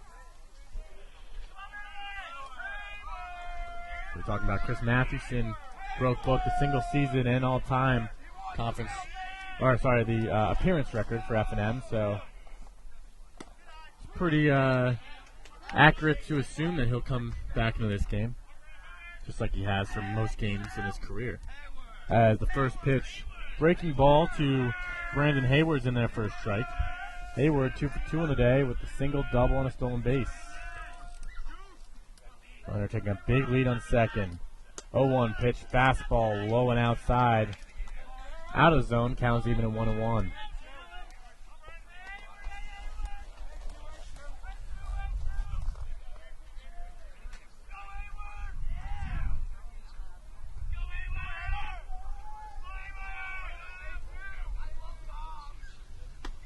breaking ball on the 1-1 pitch out of the zone. Counts 2-1 to Hayward.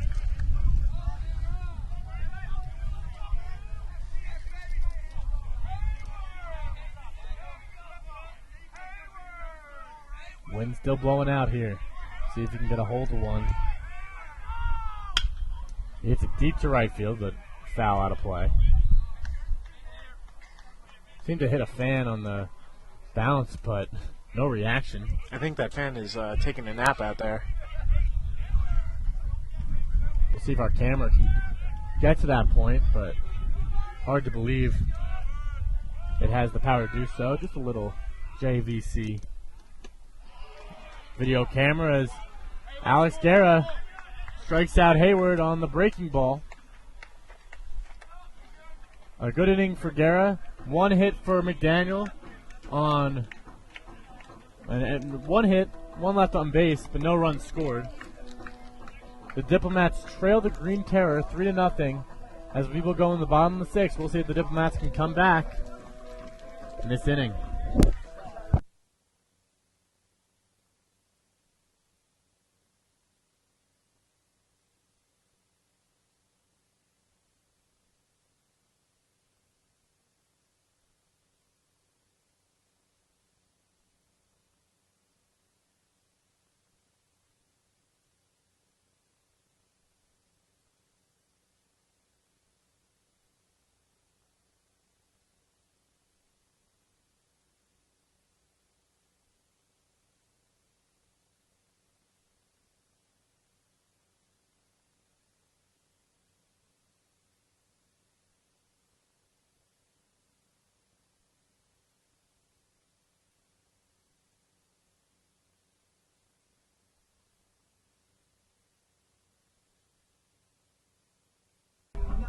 Back here at Caplan Field for the home half of the 6th inning. We're going to bring you an update on the Haverford-Hopkins game. Haverford increased their lead once again. The score is now 9-1 in the bottom of the 6th as they just started the bottom of the 6th. That is a very important game, obviously. Will dictate who these two teams play. To be honest, quite surprising score. Definitely. I mean, Haverford just got in the tournament. They had a even record at 9-9 in the conference. Were able to sweep their. I believe it was they swept Gettysburg, and were able to fight their way in the last couple games to the playoffs. And now they might find themselves in the winner's circle as Luke Seib turns the first pitch from Kronik, but the center fielder, Sivo, is there to make the catch. One pitch, one out.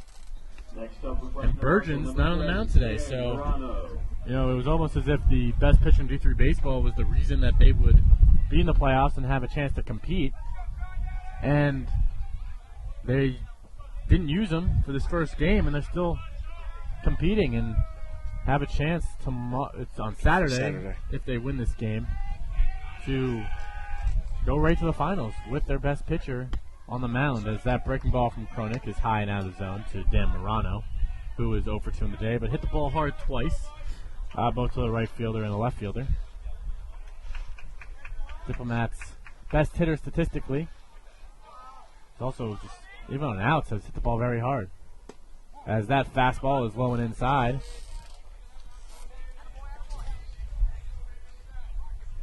Counts 2-0 to Morano.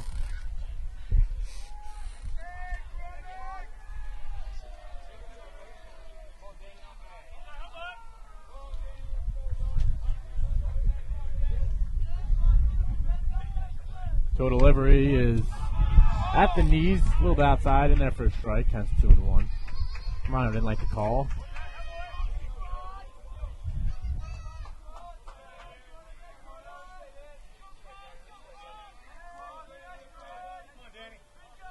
Morano tied for the Diplomats' lead this season with 2 homers. Swung on and hit the first base. Hit hard, but Gilbert able to range over, field it, and step on the bag for the second out of the inning. Next up for Franklin and Marshall, number 18, David Akabuchi. I'll bring up David Akabuchi, who is 0 for 2 on the day. Lined out to the center fielder in his first at bat. Grounded out to the second baseman in his next one.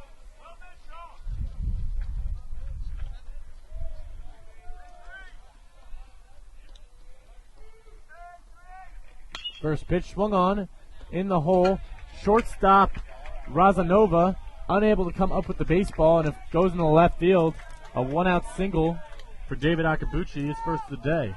Looked like a mistake there from Kronik, just leaving an off-speed pitch a little high. Bucci fooled on it, but did it put enough force into it to get it past Rosanova out there at short.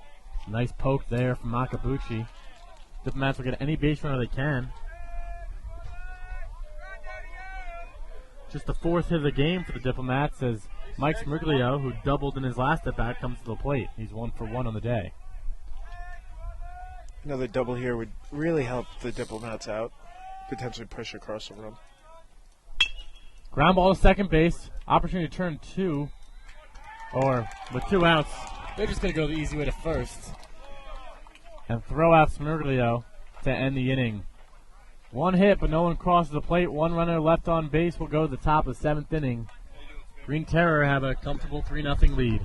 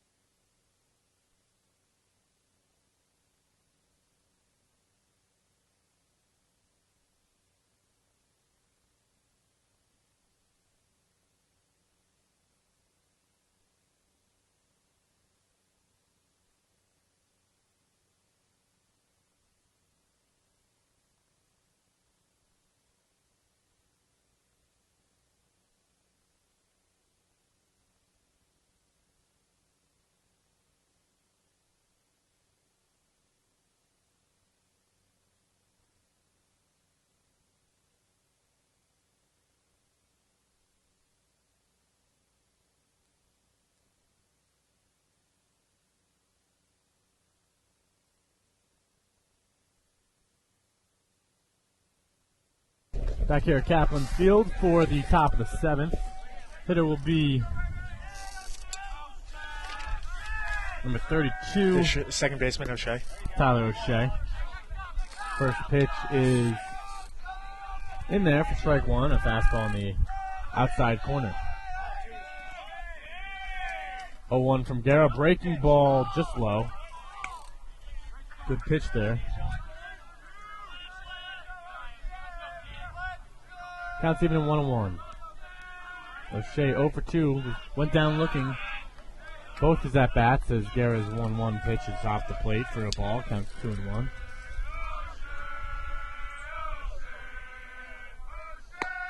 Fastball from Guerra, high for a ball. Counts 3-1.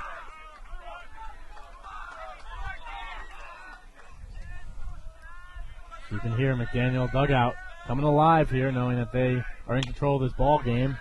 3-1 pitch fouled off, out of play. Counts full. From the get-go, McDaniel dugout has really been involved, really been vocal in cheering on their team as they're up there at bat. And Guerra strikes out O'Shea with a 3-2 breaking ball on the outside part of the plate. He swings and misses. It's the first out of the inning. So that's the third time O'Shea's been retired on strikes today. Guerra's 4th strikeout of the ball game.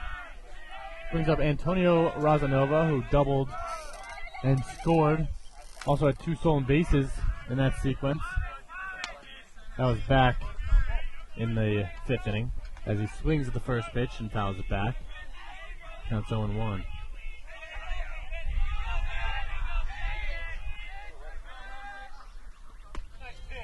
His 0-1 pitch, a breaking ball in there for a strike, and the count is 0-2 to Razanova.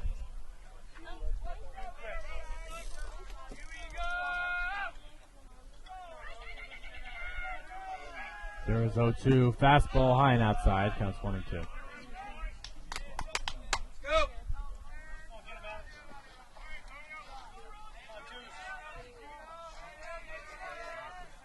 Another breaking ball chopped to the middle, and it gets past Paneros, who's ranging to his left.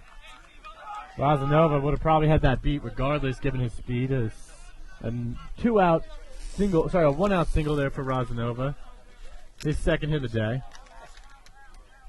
I think that'll be all for Guerra today. He's Coach Horning's on his way out to the mound. Hasn't made the call yet. Oh, there we go.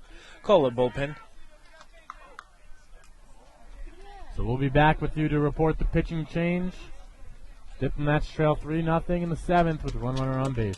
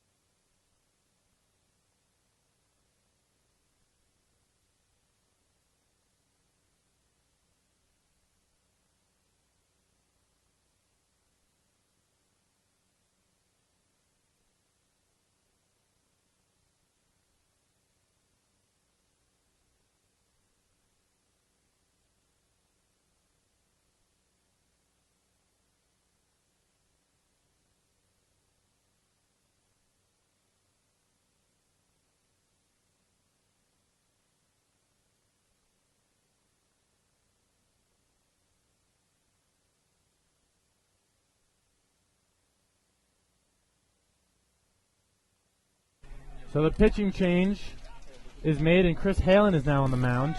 He's not yet allowed an earned run all season.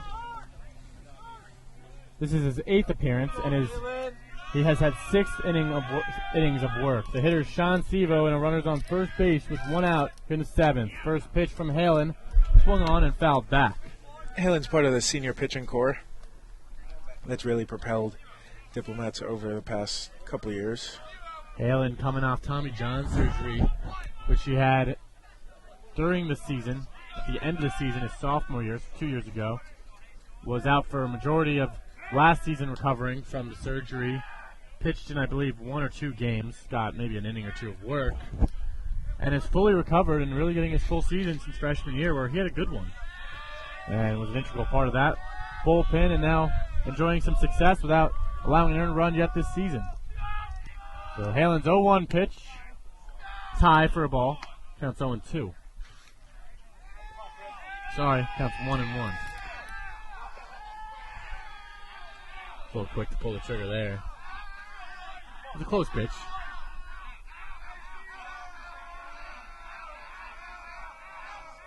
Halen's 1-1 pitch. There goes the runner.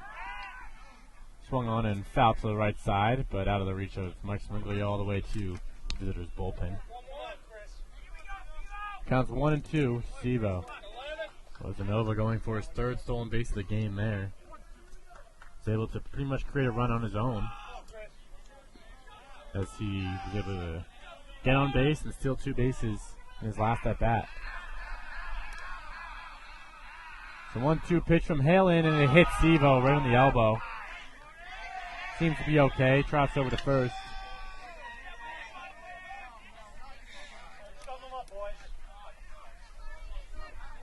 Not how Halen wanted to start off his outing or his appearance.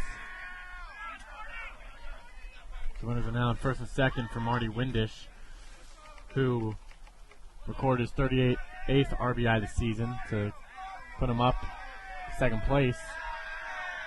Also doubled and scored back in the 4th. So he's 1 for 2 on the day. First pitch, a breaking ball in there for a strike. Looked to be a slider there. Yeah, really nice pitch there from Halen. That's 0-1 to Windish. a good pitch to a tough hitter.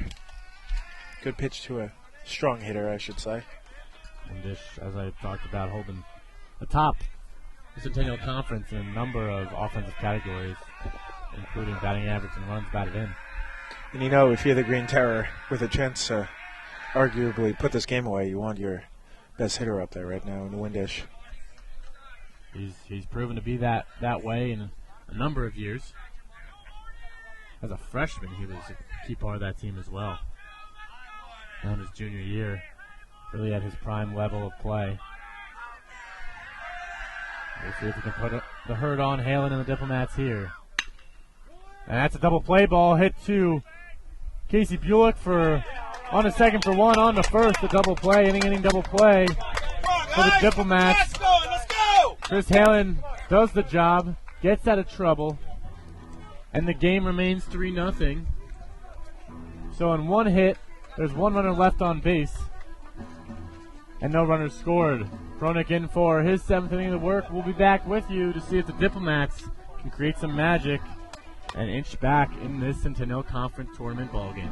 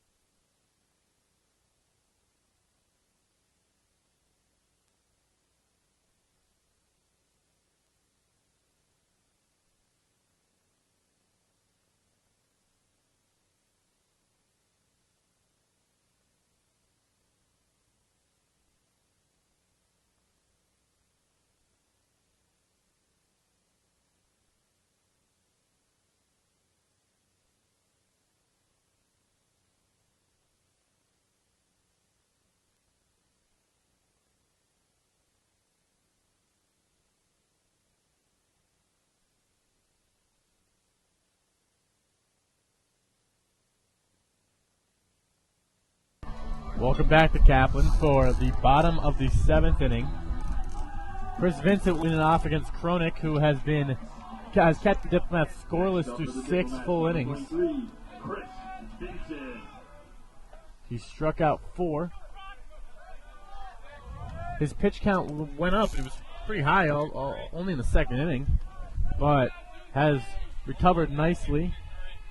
Have kept the Diplomats off the bases, off scoring position, and been efficient. So Vincent is 0 for 2 on the day. Struck out and popped out for the first baseman in foul territory back in the 4th. And for his 3rd at bat, and he swings and grounds that one with a shortstop Razanova, who fields it, throws on the first for the first out of the inning. 1 pitch, 1 out.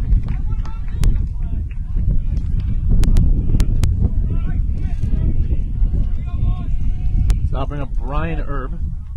Erb over 2 in the day. Struck out and grounded out. Erb started the season off hotter than anyone in the conference.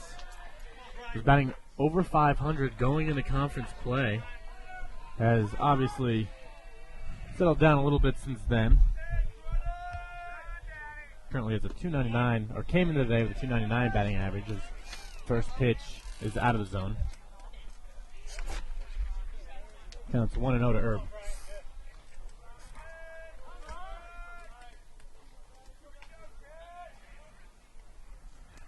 Kronik's 1-0 pitch, swung on and grounded to the second baseman O'Shea. He fields it, throws on the first for the 2nd out of the inning. Next up for Franklin Marshall, number 2, Brett Pineros. So Brett Pineros, the hitter. It's been a quick 2 outs there, just 3 pitches in the inning from Kronik.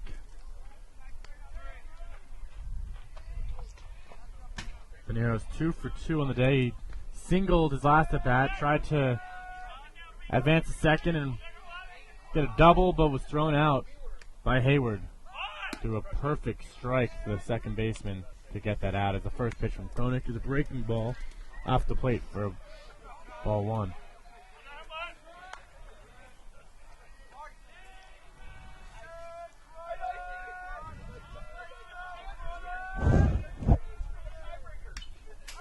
Pinero swings at the 1-0 pitch. It's fouled back. Now it's even at 1.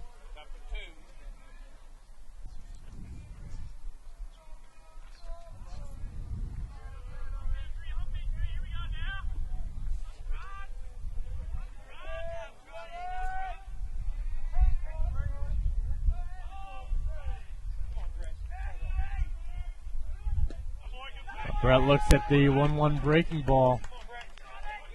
He's in there for a strike. Good pitch there from Kronik, not missing a beat, even late in this game. Nope, definitely a really nice pitch there from Kronik. Put it in the spot where Brett really couldn't do much with it and caught him off guard. Still some movement in the bullpen, but no one throwing to a catcher yet as the catcher Barr set up high and Kronik hit the spot, but Pineros doesn't bite on that one, so the count's even at 2-2.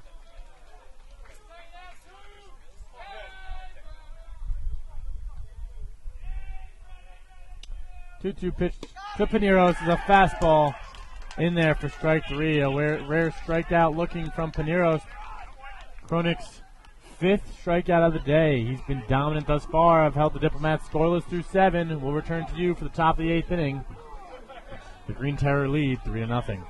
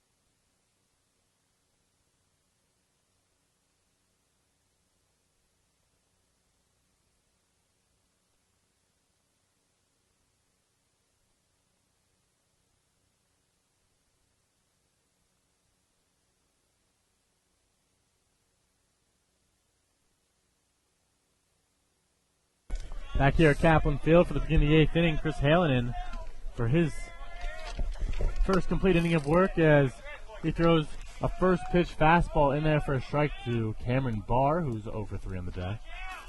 Go, Chris! Halen got the Diplomats out of trouble. He got Windish to ground into a 4-6-3 double play as Halen throws a nice slider there. Fools Barr, who swings through the slider.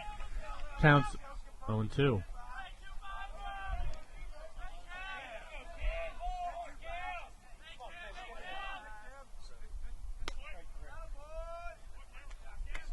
That pitch is out of the zone for a ball.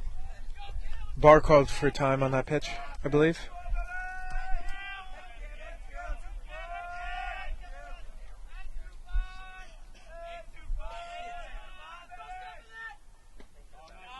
Barr swings and misses at the slider.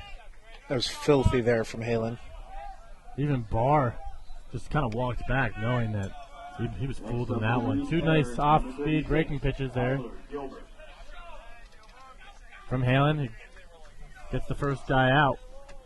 I'll bring up Tyler Gilbert, who is 0 for 2 in the day, but has an RBI with a sacrifice fly back in the 4th. Swung on and driven to left field, but David Akabuchi there, he makes the catch. 2 up, 2 down. Good start to the inning here for Halen, getting 2 quick outs, just what Coach Running needs right now. Quick inning, get the bats back in the dugout in the circle, and hopefully string something together. They need to put a couple across here as they're still down 3. They only have 6 outs to work with as well, as the hitter is Nick Valori, who fouls one back right by us. Counts 0-1. Valori 2 for 3 on the day. Singled and doubled. Scored a run back in the 4th inning. He swings the 0-1 pitch and fouls it back. Off speed there. Vincent unable to come up with that one. He's getting dinged around a little bit today. As we just either heard some really loud thunder. Game still going on as that 0-2 pitch is fouled back.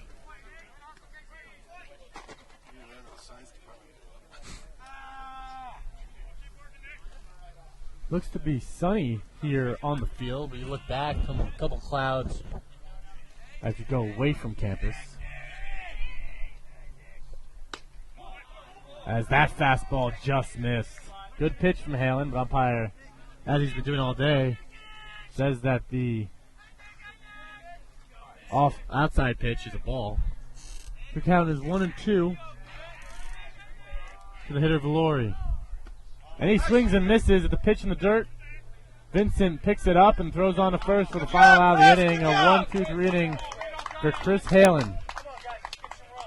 The Diplomats now have 6 outs to work with as we will return to you for the bottom of the 8th inning. It's 3-0 in favor of the Green Terror.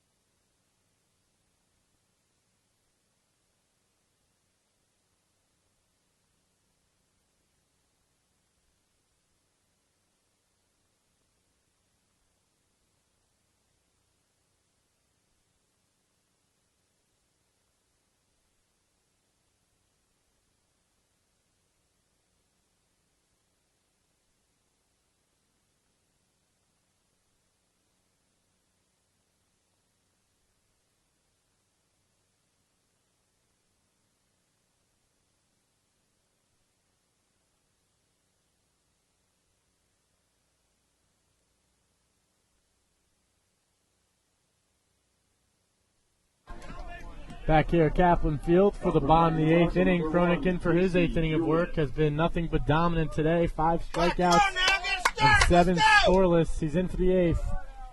There is a lefty in the McDaniel bullpen getting loose. Chris Halen got out of some trouble early back in the 6th, or in the 7th, and was able to go 1-2-3 in the 8th. So we're here at the bottom of the 8th, and Casey Bulik, the hitter. He looks at a first pitch fastball from Cronick, who seems to be keeping the velocity up. That one was electric in there for a strike count. 0-1 Bulik, who is 0-for-1 on the day. Had a sac bunt back in the 3rd. Breaking ball swung on and hit to left field. Hayward goes back, but is able to get to the spot and make the catch for the first out of the inning. Up next for Franklin Marshall, number 7, Matt Mazansky. That'll bring up Matt Mazansky, who's 0-for-2 on the day. Go, Matt!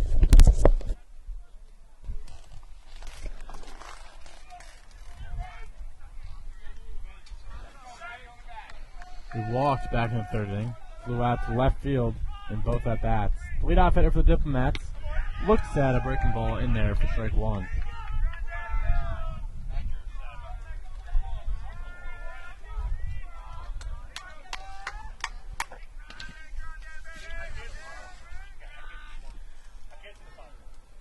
Fastball to Mazansky.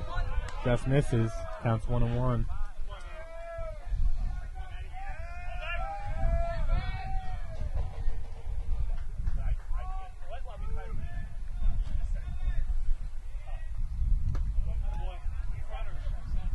Change up there to Mazansky. misses in the dirt. Counts 2-1. Luke Seib will be to follow.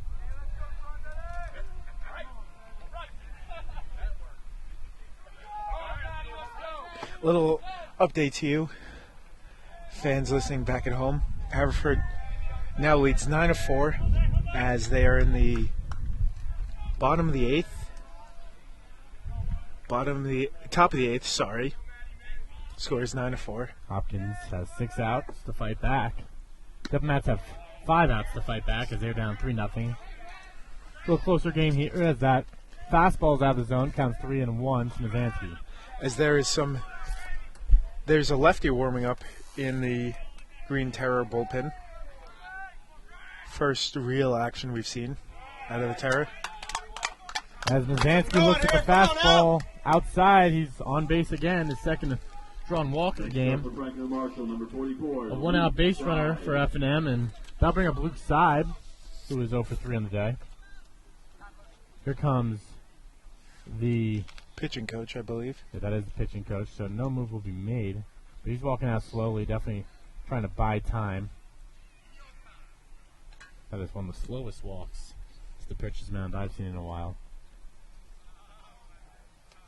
It's quite a fur walk. Totally understand where the pitching coach is coming from. Oh, taking his time. Totally. It's a good strategy. Probably like 2 miles, wouldn't you say? Yeah. From the mound to the dugout. That's generous, but yeah.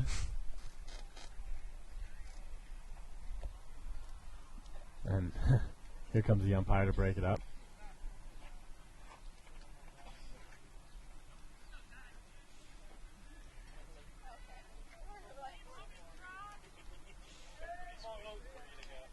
So Luke Seib, who is 7th in RBIs in the Centennial Conference, 25 at the plate, has power, hit a home run back in Florida. Wind is blowing back. That will be huge for the Diplomats, but they just need base runners.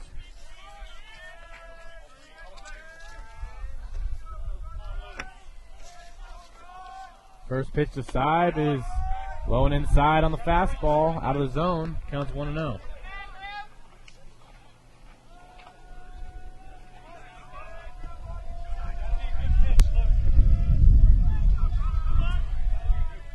Mazansky taking his lead. We'll see if he'll steal.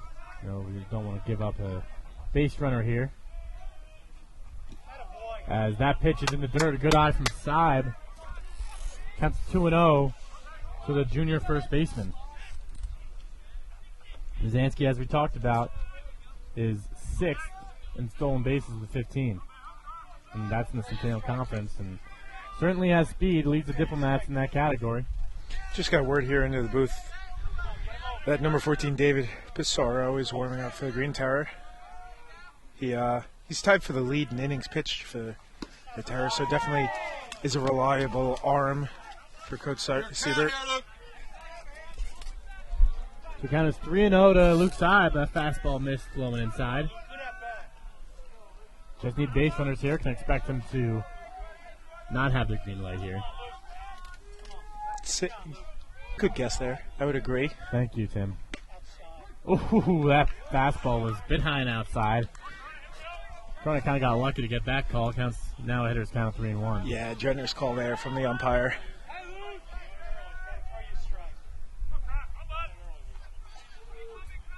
The right fielder is very far in that right center field gap. And Luke Seib has shown that he can hit the ball to the right field line. As he looks at all 4. Diplomats have runners on first and second with just 1 out. Back-to-back walks here will force Dave Siebert, the coach of the Terror, out to make the pitching change. As it looks like Chronic was aware, as he takes his glove off and starts walking to the dugout. Strong outing, really strong outing from here as he goes 7 1/3. But just ran out of gas at the end. So, yeah, he does finish with 7 1/3, and he does end with 5 strikeouts. But a pitching change is made. We're going to stick with you here. As it is David Pissarro coming out for the Green Terror. So normally a starter, he has made 21 appearances this season. This is his 22nd. He has 54 and 2/3 innings pitched, 4.28 ERA. He's 4-3 on the record on the year with 21, as you just said, 22 appearances. So the Diplomats finally getting a chance to fight back and create something here, as runners are on first and second, and they have exactly who they want in Dan Morano at the plate. It will be a lefty-lefty situation, but Morano has shown success against lefties this season.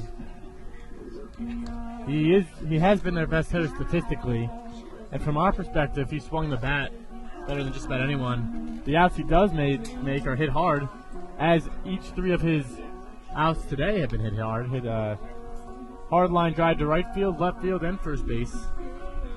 And, you know, if you want someone who has potential to tie this game on one swing of the bat, you're looking at him right now in Dan Morano. Making his bid for Centennial Conference Rookie of the Year, which will come out in the next week or so. I think those come out after the tournament. Oh, okay. So they will come out about a week or so. Last time Diplomats had a Centennial Conference Rookie of the Year on their team was Matt Mizanski. That was the year that they won the conference, and Mizanski played an integral part to that winning season. So we're going to be we're going to be back with you for action here as Dan Morano steps up against David Pissarro.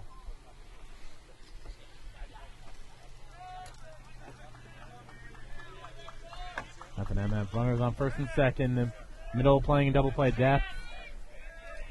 First and third baseman are about halfway. Luke Seib not being covered on first base. He has wiggle room to take a little bit of a lead. First pitch to Morano, swung on and fly to left field. Left fielder Hayward gets under it and he makes the catch for the second out of the inning. Not the best idea swinging at the first pitch there. Aggressive, yes, but you want to potentially want to see a couple from the reliever. A rare 0 for 4 day from Morano. Lucky for him, he will undoubtedly get another chance to prove that he is going to make that bid for Centennial Conference Player of the Year. He has been hitting the ball extremely well this season, but that brings up David Akabuchi with 2 outs. He sees a first pitch breaking ball in there for strike 1. Akabuchi singled in his last at bat. He's 1 for 3 on the day.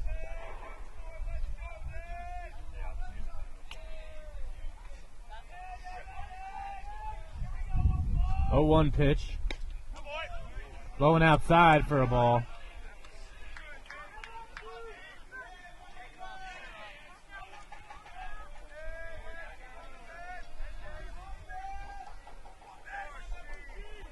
Count 1-1, Takabuchi.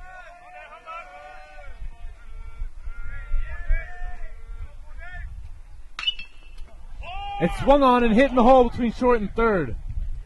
Left fielder Hayward picks it up, fires to the plate, but Coach Horning holds Mizanski at third base. And the bases are now loaded for Mike Smirglio. Mike Smirglio. Smart idea not to send Mizanski there. Agree with that one. They're still down 3 runs. Ball wasn't hit too hard either. Exactly. So the bases will be loaded now. Smirglio having himself a nice day. Doubled and walked, so he's 1 for 2. Has good power. A lefty-lefty situation here. First pitch is high for a ball. Good eye from Smirglio. Count is 1-0. Definitely the biggest at bat here in the game for the Diplomats thus far. Could really put a dent into this one. Give them a little bit of hope going into the 9th. That one's hit to left field. That's going to fall in for a hit. 1 runner scores. In comes Luke Seib. Bucci's going home! He scores and his team is tied. With 1 swing of the bat, Mike Smirglio ties the game here. The score is now 3-3. Smirglio hit that in the left center gap. The left fielder had a little bit of trouble getting to the ball. Next up for the Diplomats, number All 23. three runs come across. Oh, yeah, let's go. Smirgler will be pinch run for by Tyler Daly as he is jacked up, runs in the dugout to his teammates jumping on him. A big With the tie, three-run double for Mike Smirglio. with the tie game now, Coach Shear and Coach Horning having a long conversation as they both 15, Tyler Daly. frantically walk towards the dugout, towards the bullpen rather, debating options who to go with. They have Massis, the closer, but I'm not sure if they want to go to him in a tie game or go to Mathewson perhaps. Definitely something to keep our eye on here. That's true. So a big 2-out RBI, 3 RBI double for Smirglio. Daly on second base. He has speed. As Chris Vince is at the plate, he grounds first pitch down the line, foul. But- 10-1. But then again, just one swing of the bat, the Diplomats could take the lead. Daly, definitely one of the fastest guys on the team. I would expect Massis to be throwing, just perhaps, in case the Diplomats take the lead here, as things got more exciting.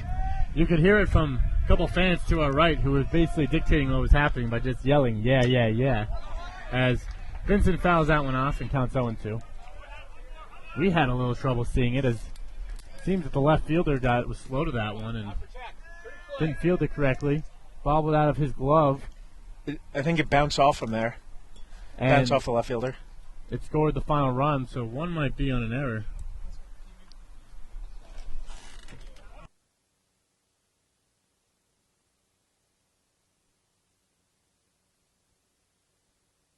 We just got word that it is a single and an error. So it's 2 RBIs to Smirglio, a single, and then he got second on an error. So Vincent now Come on now. behind 0-2. Daly on second base. Good eye there from Vincent as the fastball was low and outside out of the zone. Counts 1-2. Dan, you know, as two guys who have been following the Diplomats closely this season, at least I kind of expected them to tie the game. I wouldn't have wanted them to wait till the 8th inning to do it, perhaps, per se. Here we go, here we go. But it's better than never. As that fastball is high and outside. Counts now 2-2.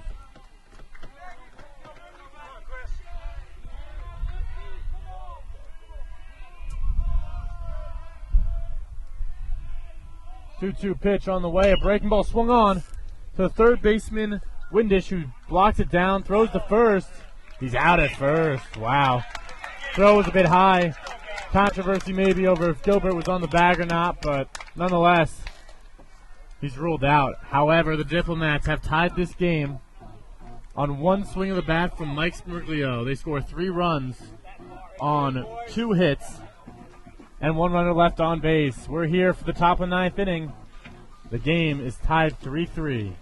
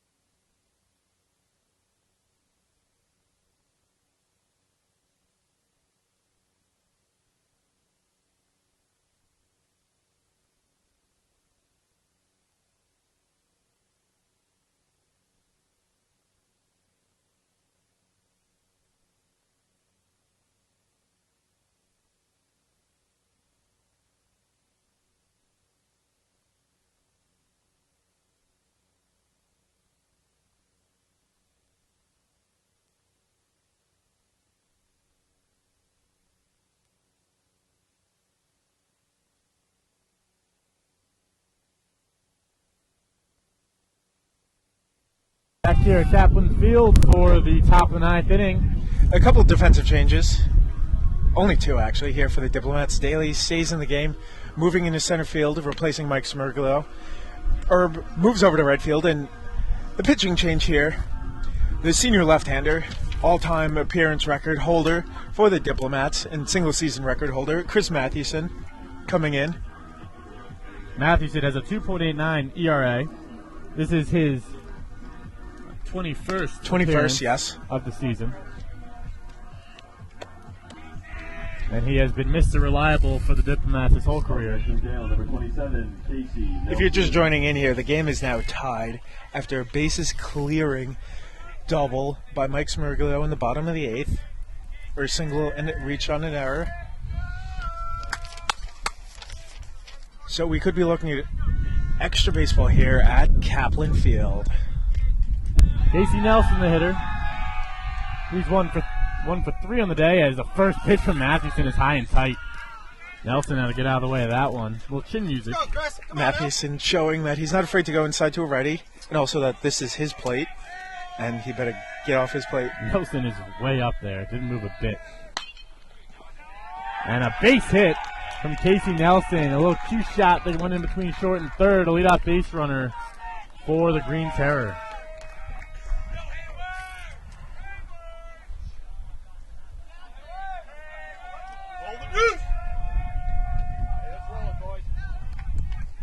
One of the attributes that make Mathewson so reliable is he's really, really good at getting the ground ball in situations that you need a ground ball, and this is definitely one of them. A ground ball potentially gets 2 outs here.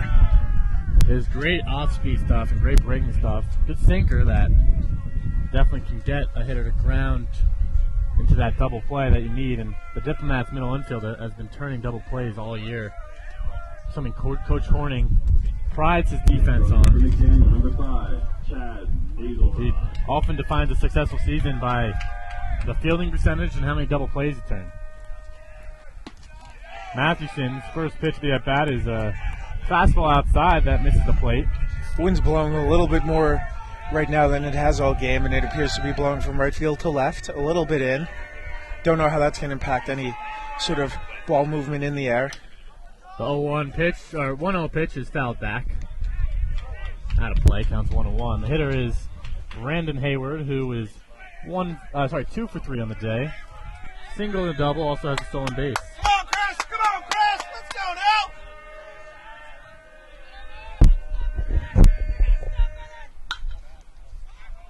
Swung on and hit in the air to second base. Casey Bulik there makes the catch for the first out of the inning.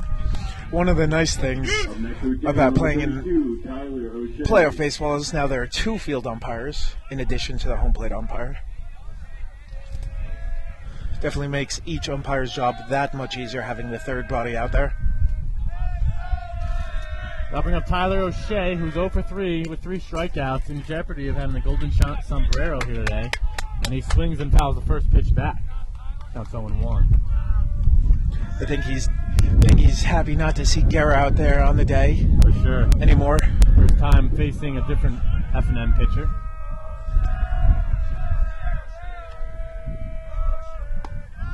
Oh, 1 pitch in there for a strike on the inside half. Chris Vincent couldn't squeeze it. Might have been a miscommunication nonetheless. In there for a strike, and Mathewson's ahead of O'Shea. 0-2.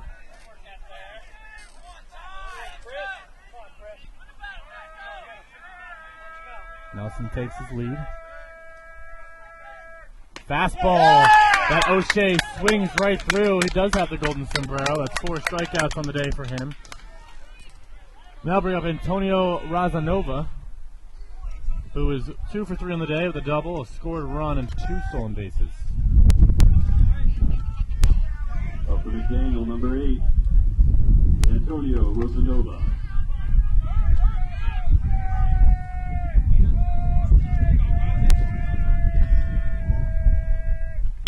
Pitch on the way, grounded to second base. In comes Casey Bulik. He fields it, throws on to first for the out. And Mathewson is pumped. We're going to go to the bottom of the 9th. The game is tied 3-3, and the Diplomats have a chance to walk off in fashion. We'll be back with you for the exciting bottom of the 9th inning.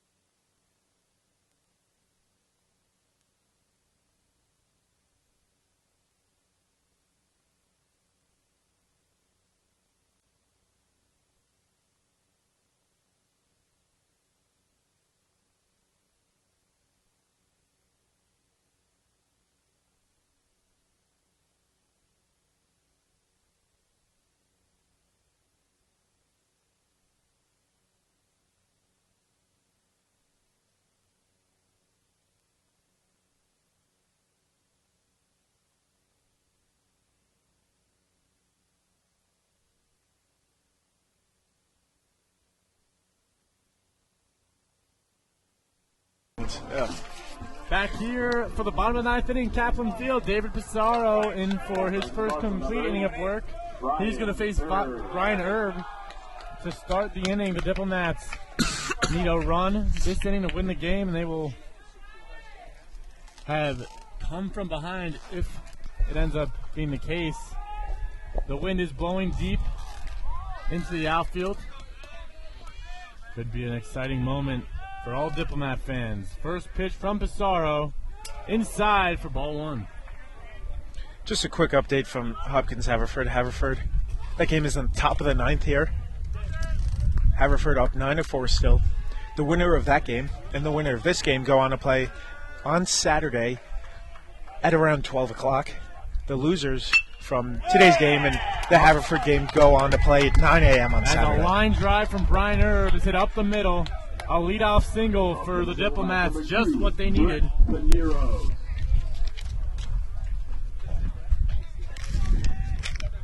now bring up Brett Paneros, and you'd have to think that he's going to try to lay down a bunt. Yep. And move over the runner. As you can see, Windish can't really play up any closer than where he is right now. And it looks like that's going to be the case as Brett has his bat stuck out. Now he pulls it back. Pulls it back up. He lets the breaking ball go in the dirt for ball one.